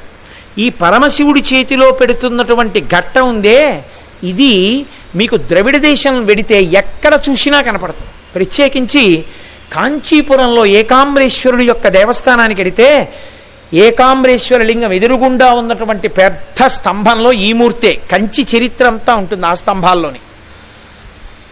కాబట్టి ఆ కళ్యాణ ఘట్టంలో శ్రీ మహావిష్ణువుకి చెల్లెలుగా ఉంటుంది అమ్మవారు ఎప్పుడు. కారణం ఏమంటే ఒక మర్యాద ఒకటి ఉంటుంది. కుండ మార్పిడి అని ఒకటి అంటుంటారంటే వాళ్ళ చెల్లెల్ని వీళ్ళు, వీళ్ళ చెల్లెల్ని వాళ్ళు పెళ్లి చేసుకోవడం. అది శాస్త్రోక్తం కాదు. అందుకే త్రిమూర్తుల యందు ఒక గమ్మత్తైన సంబంధం ఉంటుంది. బ్రహ్మగారు ఎరుపు, బ్రహ్మగారి చెల్లెలు లక్ష్మి ఎరుపు, శంకరుడు తెలుపు, శంకరుడి చెల్లెలు సరస్వతి తెలుపు, నారాయణుడు నలుపు, నారాయణుడి చెల్లెలు నారాయణి నలుపు, నారాయణి పార్వతి. అందుకే అమ్మవారు నల్లగా ఉంటుంది. ఇప్పుడు బ్రహ్మగారి చెల్లెలు లక్ష్మీదేవి విష్ణుమూర్తికి భార్య, విష్ణుమూర్తి చెల్లెలు నారాయణి పరమశివుడికి భార్య, పరమశివుడి చెల్లెలు సరస్వతి తెల్లనిది ఎర్రని బ్రహ్మకు భార్య. ఇది త్రిమూర్తుల మధ్య అనుబంధం. లౌకికంగా ఈ అనుబంధాన్ని ఎందుకు చెప్తారంటే మళ్ళీ తెలుపు, నలుపు, ఎరుపు పెట్టి ఈ రంగుల చేత గుణావిష్కృతం చేసి త్రిమూర్తి తత్వం చెప్తారు అందులో. అందుకని ఈ బంధుత్వాన్ని చూపిస్తారు. అందుకే మీరు ఎక్కడ చెప్పండి, ఆవిడ శ్రీ మహావిష్ణువు యొక్క సోదరి. అందుకే శ్యామశాస్త్రి గారు ఎక్కడ కీర్తన చేసినా శ్యామకృష్ణ సహోదరి అంటుంటారు. అందుకే మీరు పార్వతీ పరమేశ్వర తత్వంలో రహస్యం ఏమిటంటే శ్రీ మహావిష్ణువుని నింద చేసిన వాడు శివభక్తుడిగా నిలబడలేడు. ఎందుకో తెలుసా అండి? విష్ణువు అమ్మవారికి సోదరుడు, ఒక్కనాటికి అంగీకరించదాడు. విష్ణువు దగ్గరికి వెళ్ళి శివనింద చేస్తే ఒక్కనాటికి ఆయన అంగీకరించాడు. ఎందుకంటే చెల్లెలి భర్త భావమృది బ్రతక కోరుతాడు. లౌకికమైన బంధుత్వం రీత్యా చూసినా శివకేశవుల మధ్య ఎట్టి పరిస్థితుల్లోనూ నింద పనికిరాదు. అందుకే మీకు పేర్లలో కూడా చమత్కారం ఎలా ఉంటుందంటే పార్వతీ పరమేశ్వరుల పేర్లు కూడా కలిసిపోయి ఉంటాయి. శివ శివాని, భవ భవాని, రుద్ర రుద్రాణి, శంభు శాంభవి, హంస హంసిని, నారాయణ నారాయణి. భార్యాభర్తలు కారు, అన్నా చెల్లెళ్ళు. ఆ ముందు చెప్పినవన్నీ భార్యాభర్తలు. నారాయణ నారాయణి, అన్నా చెల్లెళ్ళు. ఏమండి అక్కడ కెమెరాలు ఉన్నాయి కదా, ఎందుకు తిరుగుతారు మీరు అలాగా? మిమ్మల్ని అడుగుతున్నది. అక్కడ కెమెరాలు పనిచేస్తున్నాయా? ఎందుకు అలా తిరగడం? వెనక నుంచి రాలేరేంటి? హరి ఓం. నారాయణ నారాయణి. కాబట్టి వాళ్ళిద్దరి మధ్య అన్నా చెల్లెళ్ళ అనుబంధం ఉంటుంది. అన్నా చెల్లెళ్ళ అనుబంధం కాబట్టి ఎప్పుడు పరమశివుడికి కన్యాదానం చేసినా శ్రీమన్నారాయణుడే కన్యాదానం చేస్తుంటాడు. అది గమ్మత్తు. అందుకే ఆమె మళ్ళీ ఎవరి కడుపున పుట్టాలి అంటే విష్ణువాంశ సంభూతుడి కడుపునే పుట్టాలి పార్వతీదేవి పుడితే. అందుకే విష్ణువాంశ సంభూతుడైనటువంటి హిమవంతునికి కుమార్తెగా వచ్చింది. ఇప్పుడు విష్ణువాంశ సంభూతుడైనటువంటి హిమవంతుడికి మేనకాదేవితో వివాహం అయితే తప్ప అసలు పార్వతీదేవి యొక్క అవతారం రాదు. ఇప్పుడు అలా వివాహమై వాళ్ళ మధ్య ప్రేమ అంకురించాలి అని దేవతలు వాళ్ళిద్దరినీ కలిపే ప్రయత్నం చేశారు. ఇద్దరినీ కలిపే ప్రయత్నం చేయడం వల్ల హిమవంతుడు మేనక వివాహం చేసుకున్నారు, దంపతులు అయ్యారు. ఇప్పుడు ఈ దంపతులకు పార్వతీదేవి జన్మించాలి. అది ఆవిడ అనుగ్రహించి అంగీకరిస్తేనే జన్మిస్తుంది. అందుకే ఇప్పుడు దేవతలందరూ పరదేవతని ప్రార్థన చేశారు. అమ్మా, నువ్వు మళ్ళీ పుట్టాలి, నువ్వు పుట్టి పరమశివుడికి ఇల్లాలు కావాలి. నువ్వు ఇల్లాలైతే తప్ప కొడుకు పుట్టాడు, కొడుకు పుడితే తప్ప తారకాసురుడు మరణించాడు, తారకాసురుడు మరణిస్తే తప్ప మాకు భద్రత లేదు. నీవు తప్ప శివుని యందు కామమును కల్పించగలిగిన వాళ్ళు ఎవరూ లేరు లోకంలో. ఆయన ఇల్లాలు నువ్వే. అదే ఉత్తమ పురుష లక్షణం. ఆయన భార్య యందు ఆయనకి కామం. కాబట్టి తల్లి నువ్వు అవతార స్వీకారం చెయ్యాలి. ఇప్పుడు ఆ తల్లి అంగీకరించింది, తప్పకుండా నేను అవతార స్వీకారం చేస్తాను. మేనకాహిమవంతులకు వివాహమైంది. అమ్మవారు జన్మించాలి అంటే కొంత పుణ్యం ఉండాలి కదా. కొత్తగా పెళ్ళయిన తర్వాత తీర్థయాత్ర చెయ్యండని కొన్ని భగవత్ సంబంధమైనటువంటి క్రతువులు ఎందుకు చేయిస్తారో తెలుసా? పుట్టింటి వాళ్ళు తీసుకొచ్చి ఆడపిల్లతో కొన్ని నోములు పట్టించడం, కొన్ని వ్రతాలు చేయించడం, అత్తవారింట్లో ఉండేవాళ్ళు కూడా చక్కగా ఆ ఇంటికి వచ్చిన కోడలతో 4 పూజలు చేయించడం, 4 పేరంటాలు చేయించడం ఎందుకు చేయిస్తారంటే దాని చేత భగవద్ అనుగ్రహము ఆ దంపతులకు కలిగితే దాని వలన కడుపున పుట్టేటటువంటి పిల్లవాడు మంచి పిల్లవాడు పుడతాడని. అసలు భగవత్ స్పర్శే లేని జీవితాలు గడపడానికి అనుమతి ఇవ్వబడింది అనుకోండి, ఇంకా మంచి పిల్లలు పుడతారన్న ఆశ ఎలా కలుగుతుంది? కాబట్టి ఇప్పుడు హిమవంతుడు మేనక పరమ పవిత్రమైనటువంటి జీవనాన్ని గడిపితే తప్ప పార్వతీదేవి పుట్టదు. అందుకే స్త్రీ వైపు నుంచి ఎప్పుడూ కూడా ఉపాసన నోములు వ్రతాలుగా ఉంటుంది. ఆవిడేం చేసేదో తెలుసా అండి? ప్రతి అష్టమి నాడు కూడా ఉపవాసం ఉండేది. ప్రతి నవమి తిథి నాడు కూడా సువాసిని పూజ చేసేది. అమ్మవారికి ప్రత్యేకించి కృష్ణపక్షంలో ఉండేటటువంటి నవమి తిథి అపారమైన శక్తివంతం. ప్రత్యేకించి కాశీపట్టణంలో దుర్గకి, కాశీపట్టణంలో ఉన్నటువంటి దుర్గ కృష్ణపక్షంలో ఉండేటటువంటి నవమి నాడు దర్శనం చేసినా, పూజ చేసినా, పేరు చెప్పినా, ఓ పువ్వు ఇచ్చినా ఆవిడ పొంగిపోతుంది. దుర్గే. అసలు మీరు కాశీలో ఉండేటటువంటి దుర్గా వైభవం ఏమిటో అత్యద్భుతం. అసలు ఆవిడ అలా వెలిసింది ఇక్కడ దుర్గమ్మ. రేపు మనం దర్శనానికి వెడుతున్నాం ఆవిడ దర్శనం చేసుకోవడానికి. కాబట్టి అటువంటి తల్లి ప్రతి అష్టమి నాడు ఉపవాసం చేసేది, ప్రతి నవమి నాడు సువాసిని పూజ చేసేది. సువాసినియే పరదేవతా స్వరూపం. సువాసిని కూర్చోపెట్టి పూజ చేసేటప్పుడు లోకంలో ఏం చేస్తారంటే అమ్మవారి నామాలు చెప్పేస్తుంటారు. బాల పూజ చేసినా, సువాసిని పూజ చేసినా. అలా కాదు చెప్పేది. బాలకి బాలానామాలు ఉన్నాయి వేరే, సువాసినికి సువాసిని నామాలు ఉన్నాయి వేరే.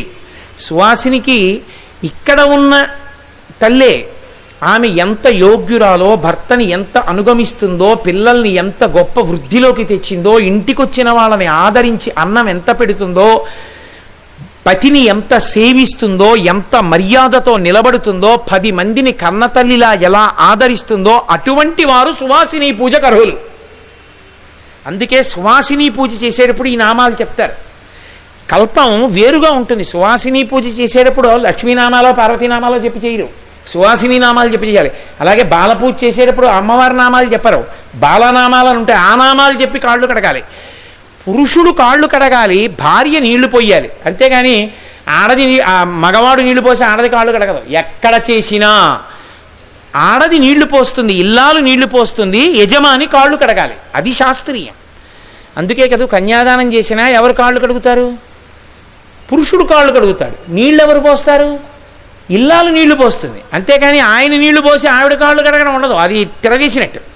అది వైదికం కాదు, శాస్త్రీయం కాదు, అలా చేయకూడదు. కాబట్టి ఇప్పుడు ఆ తల్లి జన్మించడం కోసం, అవతార స్వీకారం చేయడం కోసం, జన్మించడం అన్న మాట ఉండదుగా, కర్మ అనుభవించడానికి పుట్టేది కాదు ఆవిడ. ప్రతి అష్టమి నాడు ఉపవాసం, ప్రతి నవమి నాడు సువాసిని పూజ.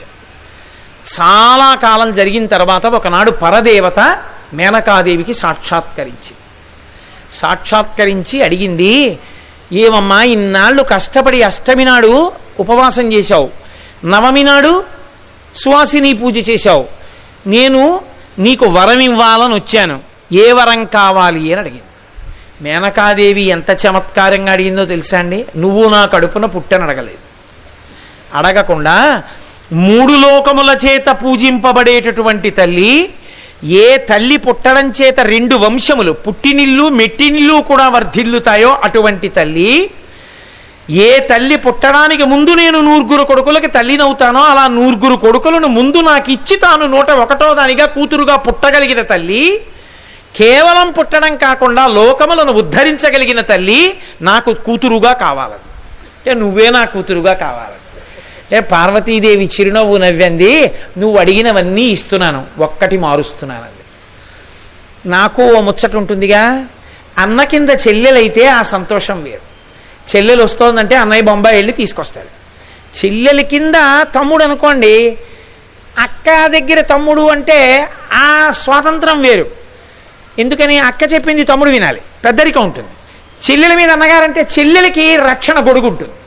మా అన్నయ్య అని అన్నయ్య వస్తున్నాడు, అన్నయ్య నన్ను చూస్తాడు, ఎంత ముచ్చటో. ఆడపిల్లకి అన్నయ్య అన్నయ్యే, భాగవతం అంతా అన్నయ్య గురించే కదా మాట్లాడింది. తొలుత స్వాగతం అన్నయ్యదే. అందుకని అన్నగారు వెళ్ళాలి, అన్నగారు చక్కగా స్వాగతం చెప్పాలి. అందుకని ముందు నాకు అన్నగారు కావాలి. అలా సరి అయిన సమర్థులు లేకే కదా దాక్షాయణిగా ఇబ్బంది పడ్డాను. అందుకని ముందు 9 నీకు కొడుకులు పుడతారు, తర్వాత నేను పుడతాను. చాలా సంతోషం అమ్మా, ఇంకింతకన్నా కావలసిందే ఉంది. చైత్రమాసంలో శుక్లపక్షంలో నవమి తిథి నాడు అర్ధరాత్రి మృగశీర్ష నక్షత్రం ఉండగా అమ్మవారు జన్మించింది. చైత్రమాస శుక్లపక్ష నవమి మధ్యాహ్నం 12 గంటలకి రామచంద్రమూర్తి.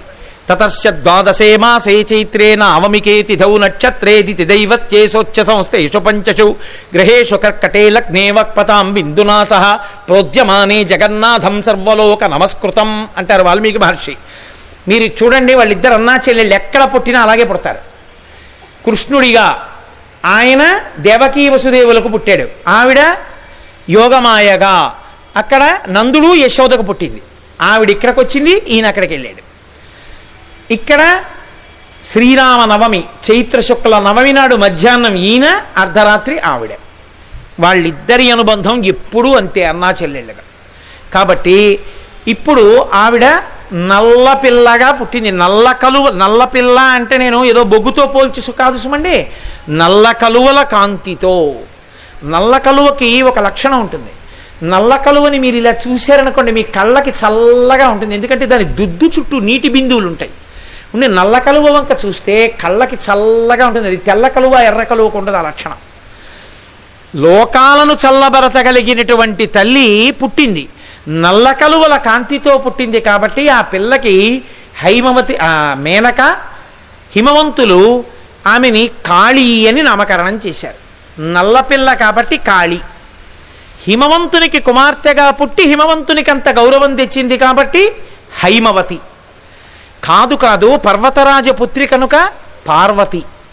ఇన్ని పేర్లు పెట్టుకుని ఆ తల్లి పెరిగి పెద్దదవుతోంది. చక్కగా ఓ పట్టు పావడా కట్టుకుని, ఓ పట్టు జాకెట్ వేసుకుని, మెడ నిండా హారాలేసుకుని, చిన్న జడ వేసుకుని, ఏమి హిమవంతుడి కుమార్తె, ఆవిడికి ఏమిటి లోటు? సమస్తమైనటువంటి ఐశ్వర్యము హిమవంతుని ఎందే ఉంటుంది. తపస్సులు అందరూ అక్కడే ఉంటారు. ఆ బంగారు జడ పెట్టుకుని, ఆ పట్టులంగా ఇలా ఎత్తి పెట్టుకుని బుడిబుడి నడకలతో పరిగెడుతోందిట. హిమవంతుడికి తెలుసు వచ్చిన పిల్ల ఎవరో, తనకి కుమార్తెగా వచ్చింది. ఎంత పొంగిపోయాడో హిమవంతుడు, ఎంత పొంగిపోయాడో నాకు తెలియదు, కానీ శంకరాచార్యులు వారు పొంగిపోయారు. శంకరాచార్యులు వారి సౌందర్యలహరిలో ఎంత పొంగిపోయారంటే, కరాగ్రేణ స్పృష్టం తుహినగిరినా వత్సలతయా గిరీశేనోదస్తం ముహురధర పానాకులతయా కరగ్రాహ్యం శంభో ముఖముకుర వృంతం గిరిసుతే కథంకారం భ్రూమస్తవ వదన తవ చుబుకమౌపమ్యరహితం అన్నారు. అమ్మా, నీ గడ్డానికి నేను ఉపమానం చెప్పలేనమ్మా, పోలికి చెప్పలేను. ఎందుకు చెప్పలేరు అంటే, కరాగ్రేణ స్పృష్టం తుహినగిరినా వత్సలతయా. నువ్వేమో లోకాలను కన్న తల్లివి, హిమవంతుడేమో ఆ చిన్ని గడ్డం పట్టుకుని, నా తల్లి కదో పప్పు అన్నం తినవా, నా తల్లి కదో ఇంక బజ్జోవా, నా తల్లి కదో ఇంకా ఆటలొద్దమ్మా అని ఇలా గడ్డం పట్టుకున్నాడు. లోకాలను కన్న తల్లిని నా కూతురు అని ముద్దుగా హిమవంతుడు పట్టుకున్న గడ్డమా గడ్డానికి ఏమని ఉపమానం వేయను. అందుకని తవ చుబుకమ ఔపమ్యరహితం, నేను వేయలేనమ్మా అన్నారు. ఇక్కడ హిమవంతుడు ఆ పుట్టిన పిల్లని చూసుకుంటున్నట్టు ఆడుకుంటోంది తల్లి, గజ్జలు గల్ గల్ గల్ గల్ గల్ గల్ మన చెలికెత్తెలతో కలిసి చూసి ఆయన ఎంత పొంగిపోయాడంటే, నరదేవాసుర పూజితంఘ్రియుగళ నారాయణి శాంకరి కరుణాపూరిత మానసాత్రినయని కళ్యాణయుక్త నిశాచర దర్పోన్నత సంహరి సదమలా చండార్చిని యోగిని కరుణాపూరిత మానసా భగవతి తల్లి జగన్మోహిని. అమ్మాయి అంత అదృష్టమమ్మా, నువ్వేం సామాన్యమైన పిల్లవా, నా ఇంట ఏమీ తెలియదాల్లా అలా ఆడుకుంటూ వచ్చి ఇలా ఆ పట్టుబట్ట వదిలేసి నాన్నగారు 2 చేతులు ఇలా పట్టుకుని, నాన్నగారండి నాన్నగారండి నాన్నగారండి నాకు ఇంకొక 2 పూల బంతులు తెచ్చిపెట్టరా నాన్నగారండి అని అడుగుతుంటే, అమ్మ లోకాలకి మోక్షాన్ని ఇవ్వగలిగినటువంటి తల్లివి, శివుడిలో కలపగలిగినటువంటి తల్లివి, అన్నం పెట్టగలిగిన తల్లివి, అవిద్యని తీసేయగలిగినటువంటి తల్లివి, శంకరుల చేత అవిద్యానామంతస్తిమిరమిహిరోద్దీపనగరీ జడానాం చైతన్య స్తబకర్మ కరంద శృతిజరి దరిద్రాణం చింతామణి గుణనిక జన్మజలధౌ నిమగ్నానాం దంష్ట్రామురరిపవరాహస్య భవతి అని కీర్తింపబడిన తల్లివి, ఏమీ తెలియని దానిలా నా దగ్గరికి వచ్చి నాన్నగారండి 2 పూలబంతులు ఇవ్వరా, నాన్నగారండి నాకు పట్టుపావడా కొనిపెట్టరా అని అడుగుతున్నావా అని ఆయన పొంగిపోయి ఆ పిల్లని చూసుకుని, ఏమి నా అదృష్టం, ఈ పిల్ల నా కడుపున పుట్టింది, నన్ను కరుణించడానికి వచ్చినటువంటి పిల్ల, నిశాచర దర్పోన్నత సంహరి సదమల చండార్చిని యోగిని కరుణాపూరిత మానస, అమ్మా అపారమైన కారుణ్యమున్న తల్లివి, రాక్షస సంహారం చెయ్యగలిగినటువంటి మహిషాసుర మర్దనివి, అటువంటి తల్లివి నా కడుపున పుట్టావా అమ్మా అని పొంగి పరవశించిపోతున్నాడు. అని ఆ పిల్ల ఆడుకుంటుంటే, ఆ పిల్ల అన్నం తింటుంటే, ఆ పిల్ల పడుకుంటే వెళ్ళి దగ్గర కూర్చుని అనుకునేవాట, అమ్మా గిరులలో నొక్క గిరినైన నా పేరు వెలయ చేసితివిట్లు జలజనయన నీకు తండ్రినైతి నాకింత చాలదే ఇది మహాద్భుతంబు ఇందువదన. పోతన గారు వీరభద్ర విజయంలో అంటారు, ఆయన అంటారు ఆ హిమవంతుడి సంతోషం ఇంట్లో చిన్న పిల్లలా తిరుగుతోంది, ఇంట్లో పడుకుంటోంది, ఇంట్లో అన్నం తింటోంది, వచ్చి నాన్నగారి తొడ మీద కూర్చుంటోంది, నాన్నగారండి నాన్నగారండి నాన్నగారండి అని ఆయన చేతులు పట్టుకుంటోంది. ఎవరమ్మా నువ్వు నకధీదితి సంచన్న నమజ్జన తమోగుణ, నీ కాలి వేలి గోటి పైభాగపు కాంతి చూస్తే కోట్ల జన్మల తమోగుణం పోతుంది, అలాంటి దానివి నా తొడ మీద కూర్చోవడమా, నన్ను ఇలా ఇలా పట్టుకుని నీ వేపుగా ముఖం తిప్పగానే నాన్నగారండి నాన్నగారండి నాన్నగారండి అండమా, అమ్మా నువ్వు లోకాలకి తల్లివి, నీకు నేను తండ్రినా, ఏం అదృష్టం అమ్మా, నేను ఎవరమ్మా, గిరులలో నొక్క గిరినైన నా పేరు వెలయ చేసి విట్లు జలజనయన, ఓ తామర పువ్వుల వంటి కన్నులున్న తల్లి, నేను కొండనమ్మా, పడి ఉండేవాణ్ణమ్మా, అలాంటి నా పేరు 3 లోకాల్లో మార్మోగిపోయేటట్టు చేశావు కదమ్మా, గిరిలలో నొక్క గిరినైన నా పేరు వెలయ చేసి విట్లు జలజనయన నీకు తండ్రినైతి నాకింత చాలదే ఇది మహాద్భుతంబు ఇందువదన, నీకు తండ్రినయ్యాను చాలదా, నాకు ఇంతకన్నా నాకేం కావాలి అని హిమవంతుడు పొంగిపోతున్నట్ట. అంత పొంగిపోతున్నాడు, తనకి కుమార్తె అయింది అని ఎంతో సంతోషిస్తున్నాడు. ఆ పార్వతీదేవి ఆ మేనకా హిమవంతుల ఇంట్లో పెరిగి పెద్దదవుతోంది. అసలు ఆ మేనకాదేవి ఎంత సంతోషపడిపోయిందో, ఆ పిల్ల ఎలా పెద్దదైందో, పార్వతీ కళ్యాణం ఎన్ని మలుపులు తిరగడం మొదలైందో రేపటి రోజున మళ్ళీ ప్రారంభం చేసి మీకు మనవి చేస్తాను. రేపు ఉదయం మీరు ఒక్క విషయం జ్ఞాపకం పెట్టుకోండి, కాశీపట్టణంలో లోలార్కుడు అని ఒక ఆయన, లోలార్కుడు అని పేరు. లోలార్కుడు అర్క శబ్దం చేత సూర్యుడు సూచింపబడతాడు. అర్క అంటే జిల్లేడాకు, జిల్లేడాకు చేత పూజింపబడతాడు కాబట్టి ఆయనకి పేరు కూడా అర్క ఇచ్చారు. లోలార్క అంటే లౌల్యమును పొందినవాడు. దివోదాస వృత్తాంతమును జరిగింది కాశీలో. ఆ వృత్తాంతంలో ఒకనకొకప్పుడు పరమశివుడు తన పనుపున సూర్యుడిని ఇక్కడికి పంపించాడు. పంపిస్తే సూర్యుడు కాశీపట్టణాన్ని చూశాడు. చూసి అబ్బా ఏమి కాశీపట్టణం, ఏమి గంగా, ఏమి విశ్వనాథుడు, ఏమి దేవాలయం, ఏమి అన్నపూర్ణ, ఏమి తపోభూమి, ఈ కాశీపట్టణాన్ని విడిచిపెట్టి మళ్ళీ నేను వెనక్కి వెళ్ళడం ఏమిటని లౌల్యమును పొంది వెళ్ళడం మానేసి ఇక్కడే ఉండిపోయాడు. సూర్యభగవానుడు ఉండిపోయినటువంటి ప్రదేశం ఏదుందో దాన్నే లోలార్క గుండము అని పిలుస్తారు. అక్కడే ఒక బ్రాహ్మణుడు, ఒక బ్రాహ్మణ పత్ని పాపం తొందరలో వాళ్ళ శరీరం విడిచిపెడితే వాళ్ళ పిల్ల ఇక్కడే తపస్సు చేస్తే వాళ్ళ ఆఖరికి ఆవిడతో మేక ఉండేది. సూర్యభగవానుడు ప్రత్యక్షమై నింత ఆరాధించావు, ఏం కావాలంటే ముందు ఈ మేకను అనుగ్రహించమంది. ఆ మేకని కూడా అక్కడే అనుగ్రహించాడు లోలార్క కొండం దగ్గర. కాశీపట్టణంలో ఒక మాట చెప్తారు, గాయత్రీ మంత్రం చెయ్యడానికి అందరికీ అధికారం ఉండదు. గాయత్రీ మంత్రం జీవితంలో చెయ్యలేకపోతున్నామని బెంగ పెట్టుకున్న వాళ్ళు ఎవరున్నారో వాళ్ళు ఆయురారోగ్య ఐశ్వర్యములను పొందడానికి ప్రత్యేకించి ఆరోగ్యం సూర్యనారాయణమూర్తి ఆధీనం. ఆరోగ్యం భాస్కరాది చేత్ అని. సాధారణంగా లోకంలో 108 నామాలు ఉంటాయి, లేకపోతే 1000 నామాలు ఉంటాయి. ఒక్క కాశీలో మాత్రం విచిత్రం ఏంటంటే, అంటే బయటికి వెళ్ళినా చెయ్యవచ్చు, సూర్య భగవాను 70 నామములతో పూజ చేస్తారు. 70 నామాలతో పిలవాలి లోలార్క కొండం దగ్గర నిలబడి. అలా పిలిచేటప్పుడు చేతిలో ఎర్రని పువ్వు పట్టుకుని విసిరి చందనాన్ని, ఎర్ర చందనాన్ని, మామూలు చందనం కాదు, ఎర్ర చందనాన్ని తీసి ఎర్రచందనం నీరు కానీ ముద్ద కానీ కుండంలోకి వేస్తే అపారమైన ప్రీతి చెందుతాడు సూర్యుడు. అందుకే రేపు మనందరం కూడా ఉదయం ఖచ్చితంగా 7 గంటలు అయ్యేటప్పటికీ లోలార్క కుండం దగ్గరికి వెడతాం.